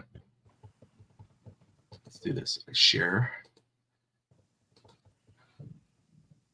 Yeah, I remember it. I remember. It's that old white grandpa car. That Dick. Old grandma car. Oh yeah, bro. That's a Stutz Blackhawk. It's like Batman's old car. Yeah, dude. That was That's something that you'll see like Devin Booker pull up in one of those games, which I love, by the way. Have you seen Devin Booker when he pulls up? He always pulls up in one of these old school cars. Yeah. I think I just when I saw that, it was at Elvis Presley's museum. It's the last car he drove. But I remember walking by and I go, damn, this car's nice. I just love old school cars, but that one for sure. I mean, I'd go with anything, but if you get me an old car, obviously not stick shift because I can't drive stick shift. I don't care what anybody says. That one, that's the one that's really Elvis's nice. Car. Yeah, that was one of Elvis's cars. Nice. Pull this up here. And Wingate, I know you're watching. I had to mess with one of the overlays. So that way Alex and I could fit. I don't know what happened with it. Kind of messed itself up. Josh has been great, man. He's been helping with the overlays and everything, and the draft show. You got to see, not last week, but the week before, the timer thing that we had going on. Looked freaking amazing. All right, last question. Yes, fire away. And Scotty, great to see you in here, brother. 1972 Oldsmobile 442. Oldsmobiles, man. Oh my God, Oldsmobiles. That's my well, it was like my grandpa, my dad's uncle, my mom's uncle. The last car I remember was an 1985 Oldsmobile. I forgot what it was, but I used to love those cars. The ones with the two doors, but it was a long door that when you would open up, the door was like ever open, kept opening and opening and opening. That's so funny. Mini Cooper with a Puerto Rican flag painted on the roof. I can see that. I can see that going. Oh my gosh. Talking about Puerto Rican. So work yesterday, carried over today, but work yesterday. I guess it was National Chiefs Puff Day or Cheetos. I'm not sure. What? Anyway, National Cheese Puffs Day. So when I went to the front desk, I was going to lunch and they had all these bags of Cheetos, different brands of Cheetos. And I asked one of my coworkers there, I said, what's going on here? She's like, oh, she just said, oh, they're trying out the different spice. They wanted to try out different things. They have spicy ones here. And, they had extra spicy. They had jalapeno, and then they had something else and whatever, buffalo, and they had the regular ones in the center. And my first thing was like, well, if I'm going to grab one, I'm going to grab one in the middle. And, but something in my head said, I'm not touching it because I don't want to get sick. I was just sick, and I still have like allergies. I don't want to. So that's the first thing. But then I'm like, she's like, you don't want to try out the spicy ones? I said, no, I don't like spicy. She goes, but did you just travel to Puerto Rico? And I'm like, no. And she goes, oh, no, I thought you went to Puerto Rico. I said, no. She goes, aren't you Puerto Rican? I said, yes. And she goes, so you don't like spicy food? I go, what does it have anything to do with me being Puerto Rican? I said, I went to Florida. I was like, these freaking people, I love them to death, dude. And I'm like, I went to Florida. She goes, oh, I go, what does it have anything to do with me being Puerto Rican? I don't know. I said, and I told him, I said it was a jelly bean contest that first off, I love buffalo wings. You know this. Yeah, Buffalo wings, I'll go all day, but I'm not like somebody like super spicy. Yeah. I could take it, but the last time I did a spicy thing at my job, it almost killed me. Yeah. Yeah, I'm like, I'm not doing that. I ain't touching that no more. And it had nothing to do with what my race is or whatever you want to call it. I said, but so, you know. I just like the fact that she kept saying Puerto Rican and like, oh, spicy food. Like if like, oh, don't you guys eat tacos? It's like, no, that's the other Hispanic country. Oh, they almost flipped out when they said, do you like I said, I'm not a fan. I don't like Mexican food. What? You don't like Mexican? But I said, what am I? I said, what are you talking about? I just don't like it. My wife likes it. I don't. I said, you know. Oh my! These people, they're spicy. Puerto Rican I go to Taco Bell and I just have the nachos with cheese. That's my favorite Mexican food. Is Taco Bell. Wow. That's it. I That's love it. Taco Bell, but when you have real Mexican food, I've had real Mexican food. I prefer Taco Bell. I prefer synthetic American Mexican food. That's right. You know what my favorite food is? First of all, nothing beats. You know, first off, let me just go around the corner very quick. I've had all types of food. My grandmother, from my mother's side, Polish, Italian, Russian, had it all. I've had Puerto Rican food from my grandma Melendez, from my wife's mother. Had that. He doesn't know what he's saying. Yes, I do. And I've had Cuban food. First of all, I love. There's certain dishes I all love. I don't like anything. I don't never liked anything from Taco. Taco Bell is woke. Okay. Okay. Anyway, so back to it. My thing is Cuban food. Yeah, is bar none. Now I'm picky. I am a picky eater, but ropa vieja with black beans and rice, all freaking day. Alex, you know you're the I love my brothers to death. I love you, brother. I chose you. You took me out to dinner to that restaurant. Forgetting the name right now, but the breaded steak. Holy shoot, amazing! Like there is not like. Yeah, there's some things you might say, hey, Bobby, here, check this Cuban dish. And I might go, dude, thanks, no thanks. Because I'm just, I am that way. It's just what it is. But I obviously I was introduced to it young, but Cuban food is so damn good. Has to be as close as that's true. If the black beans and rice don't taste as close to what Daisy made when I was a kid, I don't like it. And that's very difficult to find because the overall restaurant spices for black beans and rice is not the same as homemade. No, I hate make it from the touch. Like my grandma, I remember my grandma seasoning it, even with salt. It's literally pouring salt and just putting. I remember Daisy used to sit at the head of the table, at the end of the table, and she'd get the black beans and she'd pour them out on the table. Separate them. The one with the white. She starts separating here. So I remember that. Because when they were boiled, they would open up and damage, and they would get damaged. So if the bean wasn't intact, it wouldn't boil correctly. So what would you do with the ones with the white dots? Throw it away. Really? Yeah. We would throw any bean that was semi-open or like that was you saw it was like you started to see a crack. Like if there was any inconsistency with the bean, we would remove it. It wasn't a lot. It was like maybe 3 or 4. But the only way you can get through it was you had to dip the whole bag on the table. Did you get in trouble? Huh? You get in trouble? No. We're talking. It was the training. They're called. It was something with our kids at. Just school. Yeah. That would just going over it. Okay. He was reading over it. Okay. It's like selfish. Don't eat the semi-open ones. So, but yeah, that's something I recall, and I remember. When my grandmother passed away in 2001, my God, that's crazy, dude. Wow. In 2001. 22 years. Oh, God, dude. It's just crazy. Anyway, when she passed away in 2001, it was a long time. I had no interest in eating. I kind of like boycotted it, which was not like it was just a mental boycott. But I remember it was your grandmother who eventually convinced me. She was like, you have to do it in memory of hers. Yeah, of course. And I remember my grandma was telling you, and I would tell her that why you weren't eating it, and she would fire back with, that's the best way to remember her. When you eat it, you can remember. And I do. That she I remember when I what was it? I hadn't had it in a long time. I started eating it, but then think it was Orlando or whatever that I hadn't had in a long time, or maybe it was back to Cuba here. And I had black beans and rice because obviously that's my go-to. Get me black beans and rice or whatever, a Cuban sandwich. Or if you have ropa vieja, hook me up. I'll take ropa vieja with black beans and rice. All that. The minute I taste that rice, and I'm getting water in my mouth right now. The minute you touch that rice, it goes in your mouth. And I remember when it reminded my taste buds and my brain that it reminded me of my grandmother. I remember going, I could feel like the emotions coming out. Like, oh my God. Like it was like, I do it right now. But it's just, God, I love that food. You got to get rid of the ugly ones because they'll mess the entire pot. Yeah. Exactly. Yeah. You got to get rid of the ugly ones. That's why when I tell, I look at a room and I go, okay, I can't be with this person. Get them out. No. You made me. Back to Cuba. See, yeah. Back to Cuba. It was back to Cuba. I want to say something very quick. It has nothing to do with ugly ones at all. But I don't know if you heard if you've heard the new music from Nick. I have not heard it yet. No. Nick Voss. For people who don't know, my brother, younger brother, he's a musician. He just released his new song, "Addicted to You."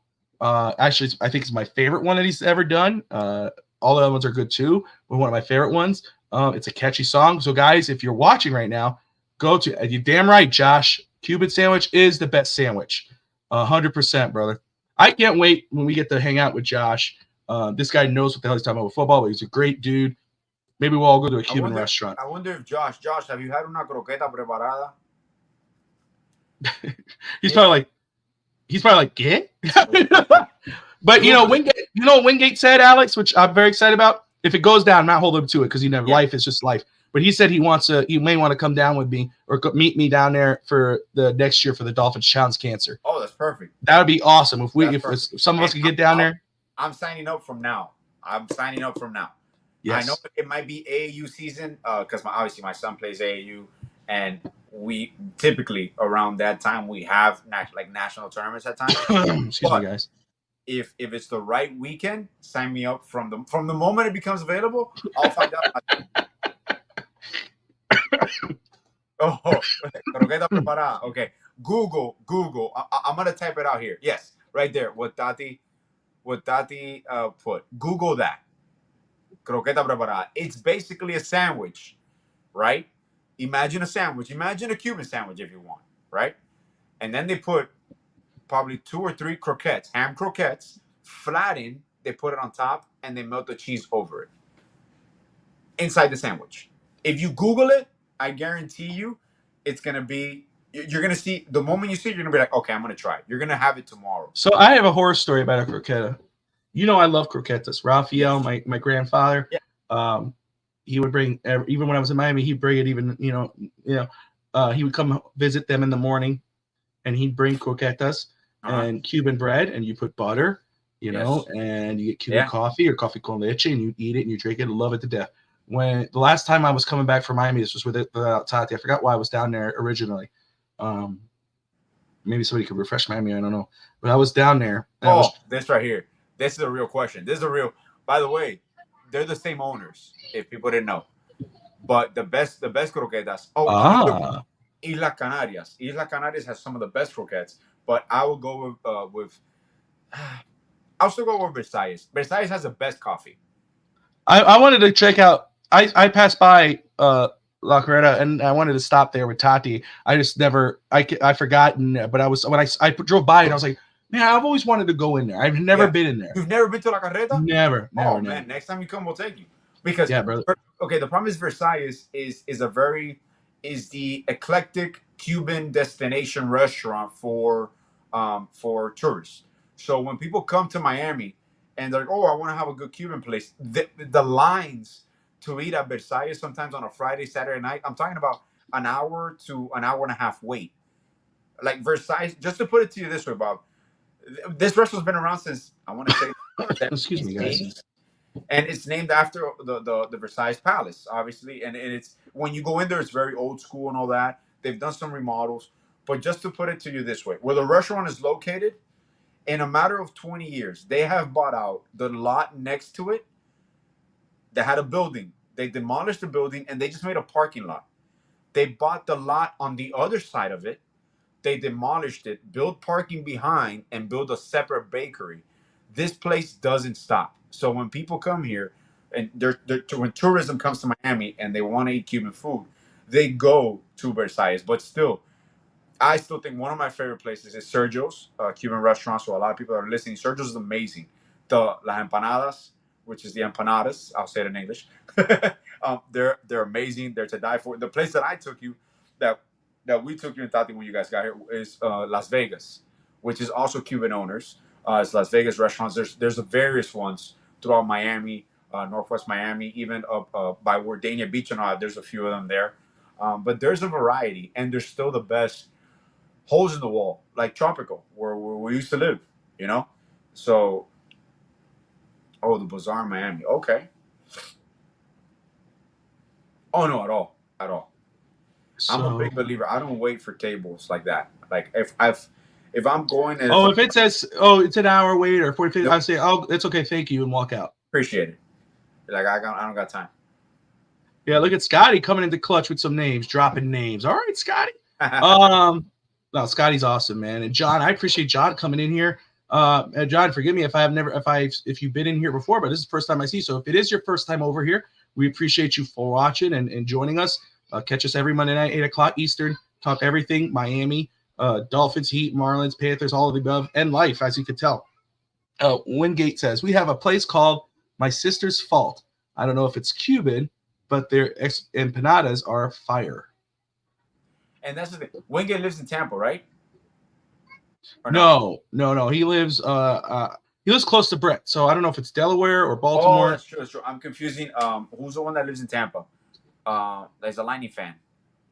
That's Josh Kimmel. That's Josh his co-host. Kimmel. There we go. Yeah. Sorry, Wingate. I got the cities confused because in Tampa, Delaware, there's a big Cuban community too. Well, the original Cuban settlement was in Ybor City, so like that is one of the most. There's a lot of Cubans in Tampa. There you go. All right, final question. Okay. And I'll check everything else before we leave, just in case I don't miss anything. But final question. Your top 5 movies. Your top 5 favorite movies. Trilogies and sequels could be included. Like if you not like as one movie? Huh? As one movie. Yeah. Like you don't have to go like, Jaws 1, 2, and 3. That's my top 3. Okay, no. You can be like, the Jaws trilogy, which I don't think Jaws is anybody. Even though Jaws is a great movie, you think it's a favorite movie for me. But yeah. But go ahead if you have any top 5. Okay, my top 5, but not critically acclaimed or anything. My top 5. Yeah. No, this is your personal top 5. Not in any given order, but the Godfather trilogy. I love the Godfather because that to me is the epitome of family and strength, and it incorporated everything in society. I love Men of Honor because Robert De Niro. Yes, and Cuba Gooding Jr. It was the epitome of the struggle and someone gaining the respect, persevering at all costs. And I guess I saw it at an early age, and it motivated me. And I still cry to this day. And about the giving my 12 steps cookie, like that, the court scene where he gets reinstated as a master diver. Like I still to this day get teary eyed as he completes that. Man, I'm gonna go old school with this one. As a kid, The Lion King. One of my best movies, The Lion King, because it came at a perfect time and it taught you about life. It taught you about what consequences are in certain situations and the circle of life. That's one thing that these movies taught us when we were younger. Bambi, The Lion King.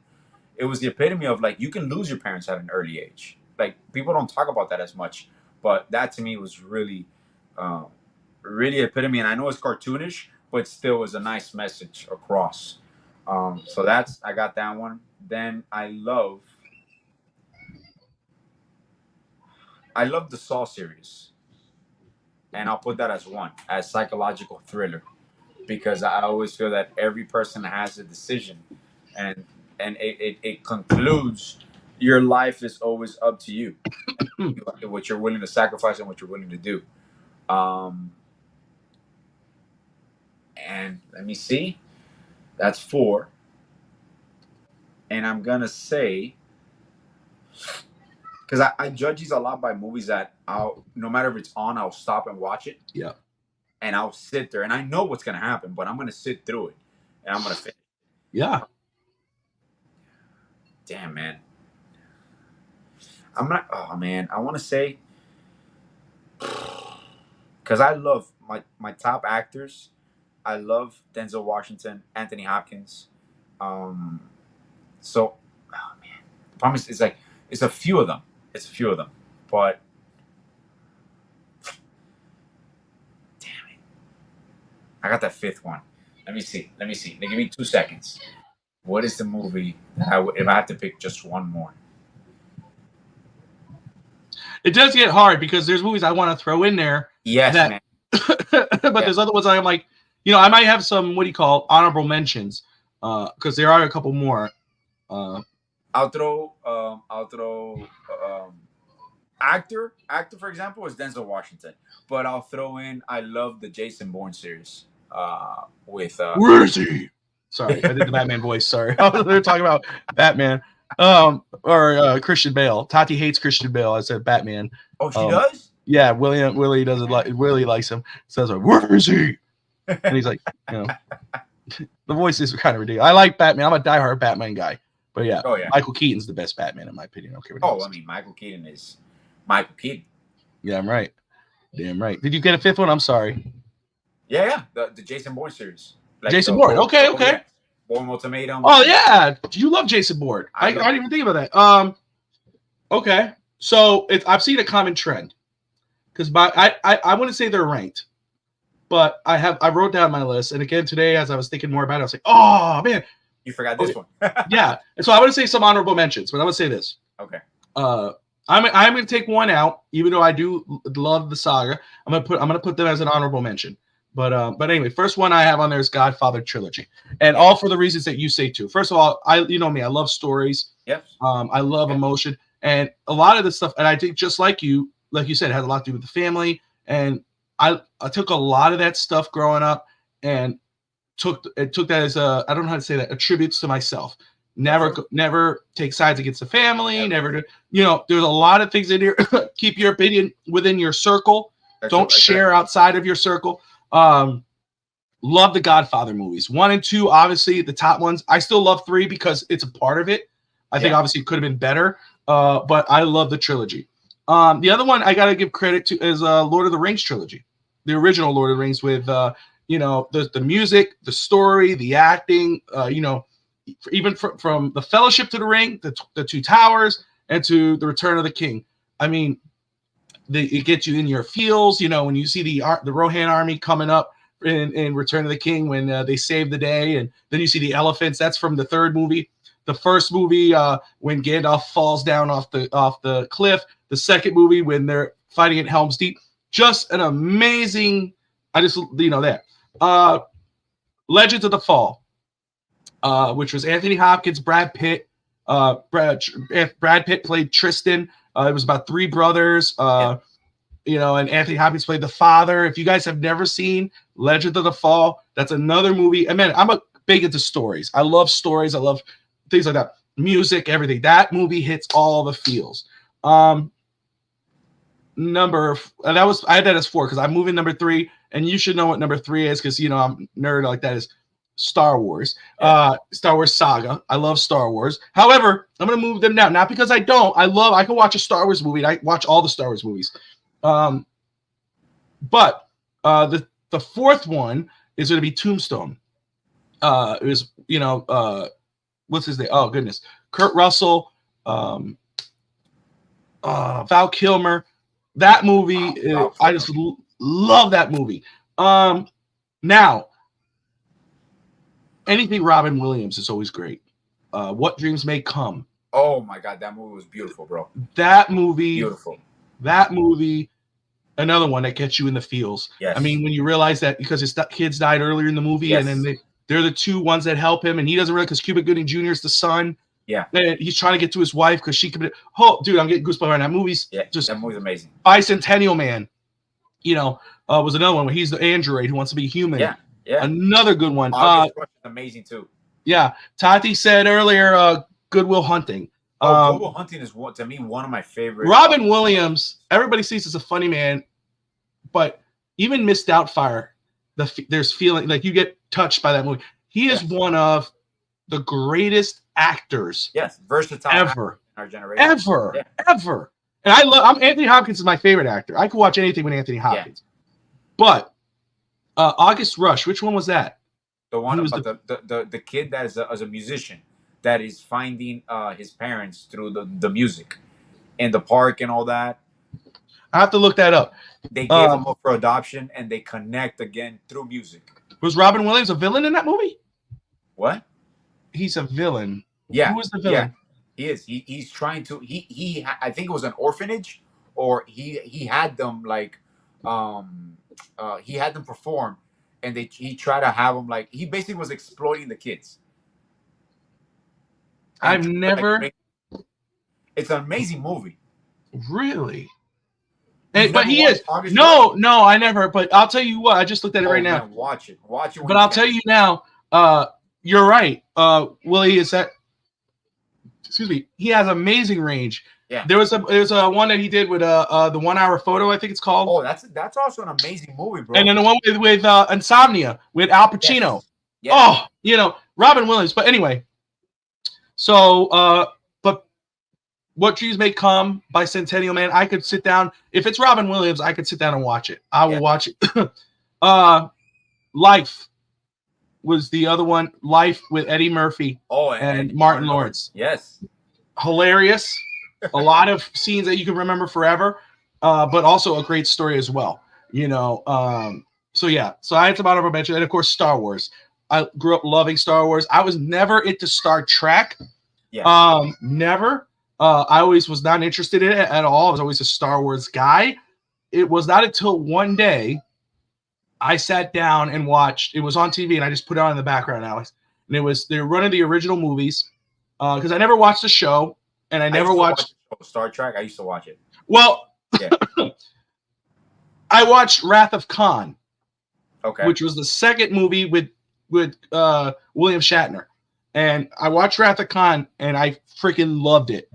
The acting, the drama, Khan. Tati hates when I do that, but it's just I was like, oh crap! So I started watching the other movies. I hate Part 1. I watched the original, thought it sucked.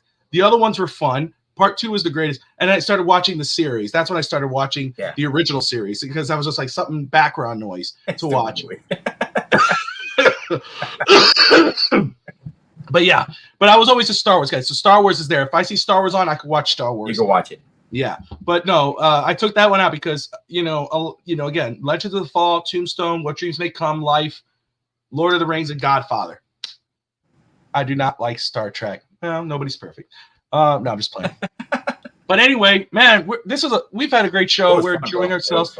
Man, I gotta say, 272 people watching live right now. I found a new time slot right on Wednesday at 8:00. My goodness. Hey, let me just say thank you to everyone watching right now. We appreciate you tuning in. We appreciate everybody who's interacted with us. Scotty, I love assassin movies. The Gray Man with Ryan Gosling is amazing. It was awesome. Cool to know. What's that with Ryan Gosling? I gotta watch that. There's a movie with Ryan Gosling that I want to watch with the guy from Gladiator. Oh my goodness, I hate that when I forget. Russell Crowe. Thank you. It's a comedy on Netflix. I gotta watch that. I get goosebumps thinking about that August Rush. I have to watch that. I've never seen it. You have to watch August Rush, man. But man, Scotty, Cap, Willie, John, Utah Fits fan, Ender, who showed up today. Great to see you. Daniel, Evan Posner, Fitzstanza back in the house. Great to see him. Courtney, of course. Everyone. Hopefully I didn't miss anybody. If I did, God bless you. Love you. Josh Notebook. Oh, well, Notebook was, I have to put my man card up. But no, I actually don't mind watching Notebook. I thought it was a good story. I think it's a good story. Man. I care more about the old when they're old part. I like that better. Yeah, that gets you more in the People feels. Can relate. People can relate to that. Yeah, I get a kick out of those. I do like those type of movies. Mamma Mia, I'll throw that one out. I do like Mamma Mia. That's a guilty pleasure movie. I like. Mamma Mia. I just SOS. Pierce Brosnan. I don't care what anybody says. Shit, it was legit. Oh, I thought that was the right. No, that wasn't the Ryan Gosling movie. We thought about Assassin. The other one that's good with Ryan Gosling is the one with Steve Carell. Eat, Pray, Love. Is that the right one? Where his daughter. I watched the scene recently. I gotta watch that movie again. But when Marissa Tomei, when they go, him and the wife go to student teacher, and he slept with the teacher. Holy crap! Pierce Brosnan scene was and I just forgot. Now you said Pierce Brosnan. I love Bond. James hell Bond. Yeah! Oh man, I love all. We grew up on that. I grew up on James. We used to have the whole collection. Yes, GoldenEye. GoldenEye. Actually, for Xbox on Game Pass, they got GoldenEye on there. They do. They do. Yeah, dude. We were playing same graphics and everything, but you had I was like, oh, it's like freaking out. But I have never really sat down and watched. And even though he just retired as James Bond, the Daniel Craig James Bond, I've never. Oh man, never. You got to check it out, Bob. I do. It was just I was so used to Pierce Brosnan. Is Ana de Armas, which is one of my favorite actresses, the Cuban girl. Yeah, who played Marilyn Monroe? Yes, she's a great actress. I always thought they should have done one more with like Sean Connery as older. I think that would have been a great send-off. Where you have like three. That where he like retired, but it was like James Bond old. I think that would have been great. Bond is a beast. Settled on a new Bond or no? It's still up for debate because Idris Elba was up for one, but they want to. Well, it was rumored. Rumored. Yeah. I heard or read was that the one who played Superman, Henry Cavill. Yeah, which I can see that. There's another guy, Richard Madden, but he's older. They want to go with a younger 20s. Well, Richard Madden, I don't know how old he is. I don't know if he's I think he's in his 30s, but yeah, he was in Game of Thrones. He's a great actor. Yeah. Cavill. But anyway, it's still up in the air. But anywho, we'll see. But Alex, any final thoughts before we wrap this up? No, man. It felt like forever. Like, it's funny. We talked in person when you were here in Miami, and we haven't done a show like in 2 weeks. So it felt like an eternity. Like, I felt even weird. Like, I'm like, wait a second, I got a show today. Like, oh shit. Yeah. It's like, oh damn. But, yeah, I'm glad we got it done. Oh yeah, man, for sure. And we'll keep it our weekly staple. And obviously, we're in a volleyball season now, so the games are earlier. So we ramp up again, like off-season basketball in AAU in April. So for the most part, this month I'll be pretty chill. So, and I just love it. It's funny how sometimes we do the same show, a different time slot on a different day, and we have even more people involved, which is really cool. And it just makes it fun. Time flies by. We've been sitting here for 2 hours, and it feels like 10 minutes. Yeah, it was a great show. This is what I love about this. I love all my shows. I love all the shows that we do here. I've noticed we never had to pee when we're doing one of our shows, or maybe we do. We're just holding it right now. No, you're probably now you're gonna think about talk to me now. Yeah. Yeah. Like, all right, anyway, guys, so we gotta go. No, I gotta go. Hey, you just get distracted. You're having fun, and it was a fun show. Yeah. Again, I thank everybody for watching.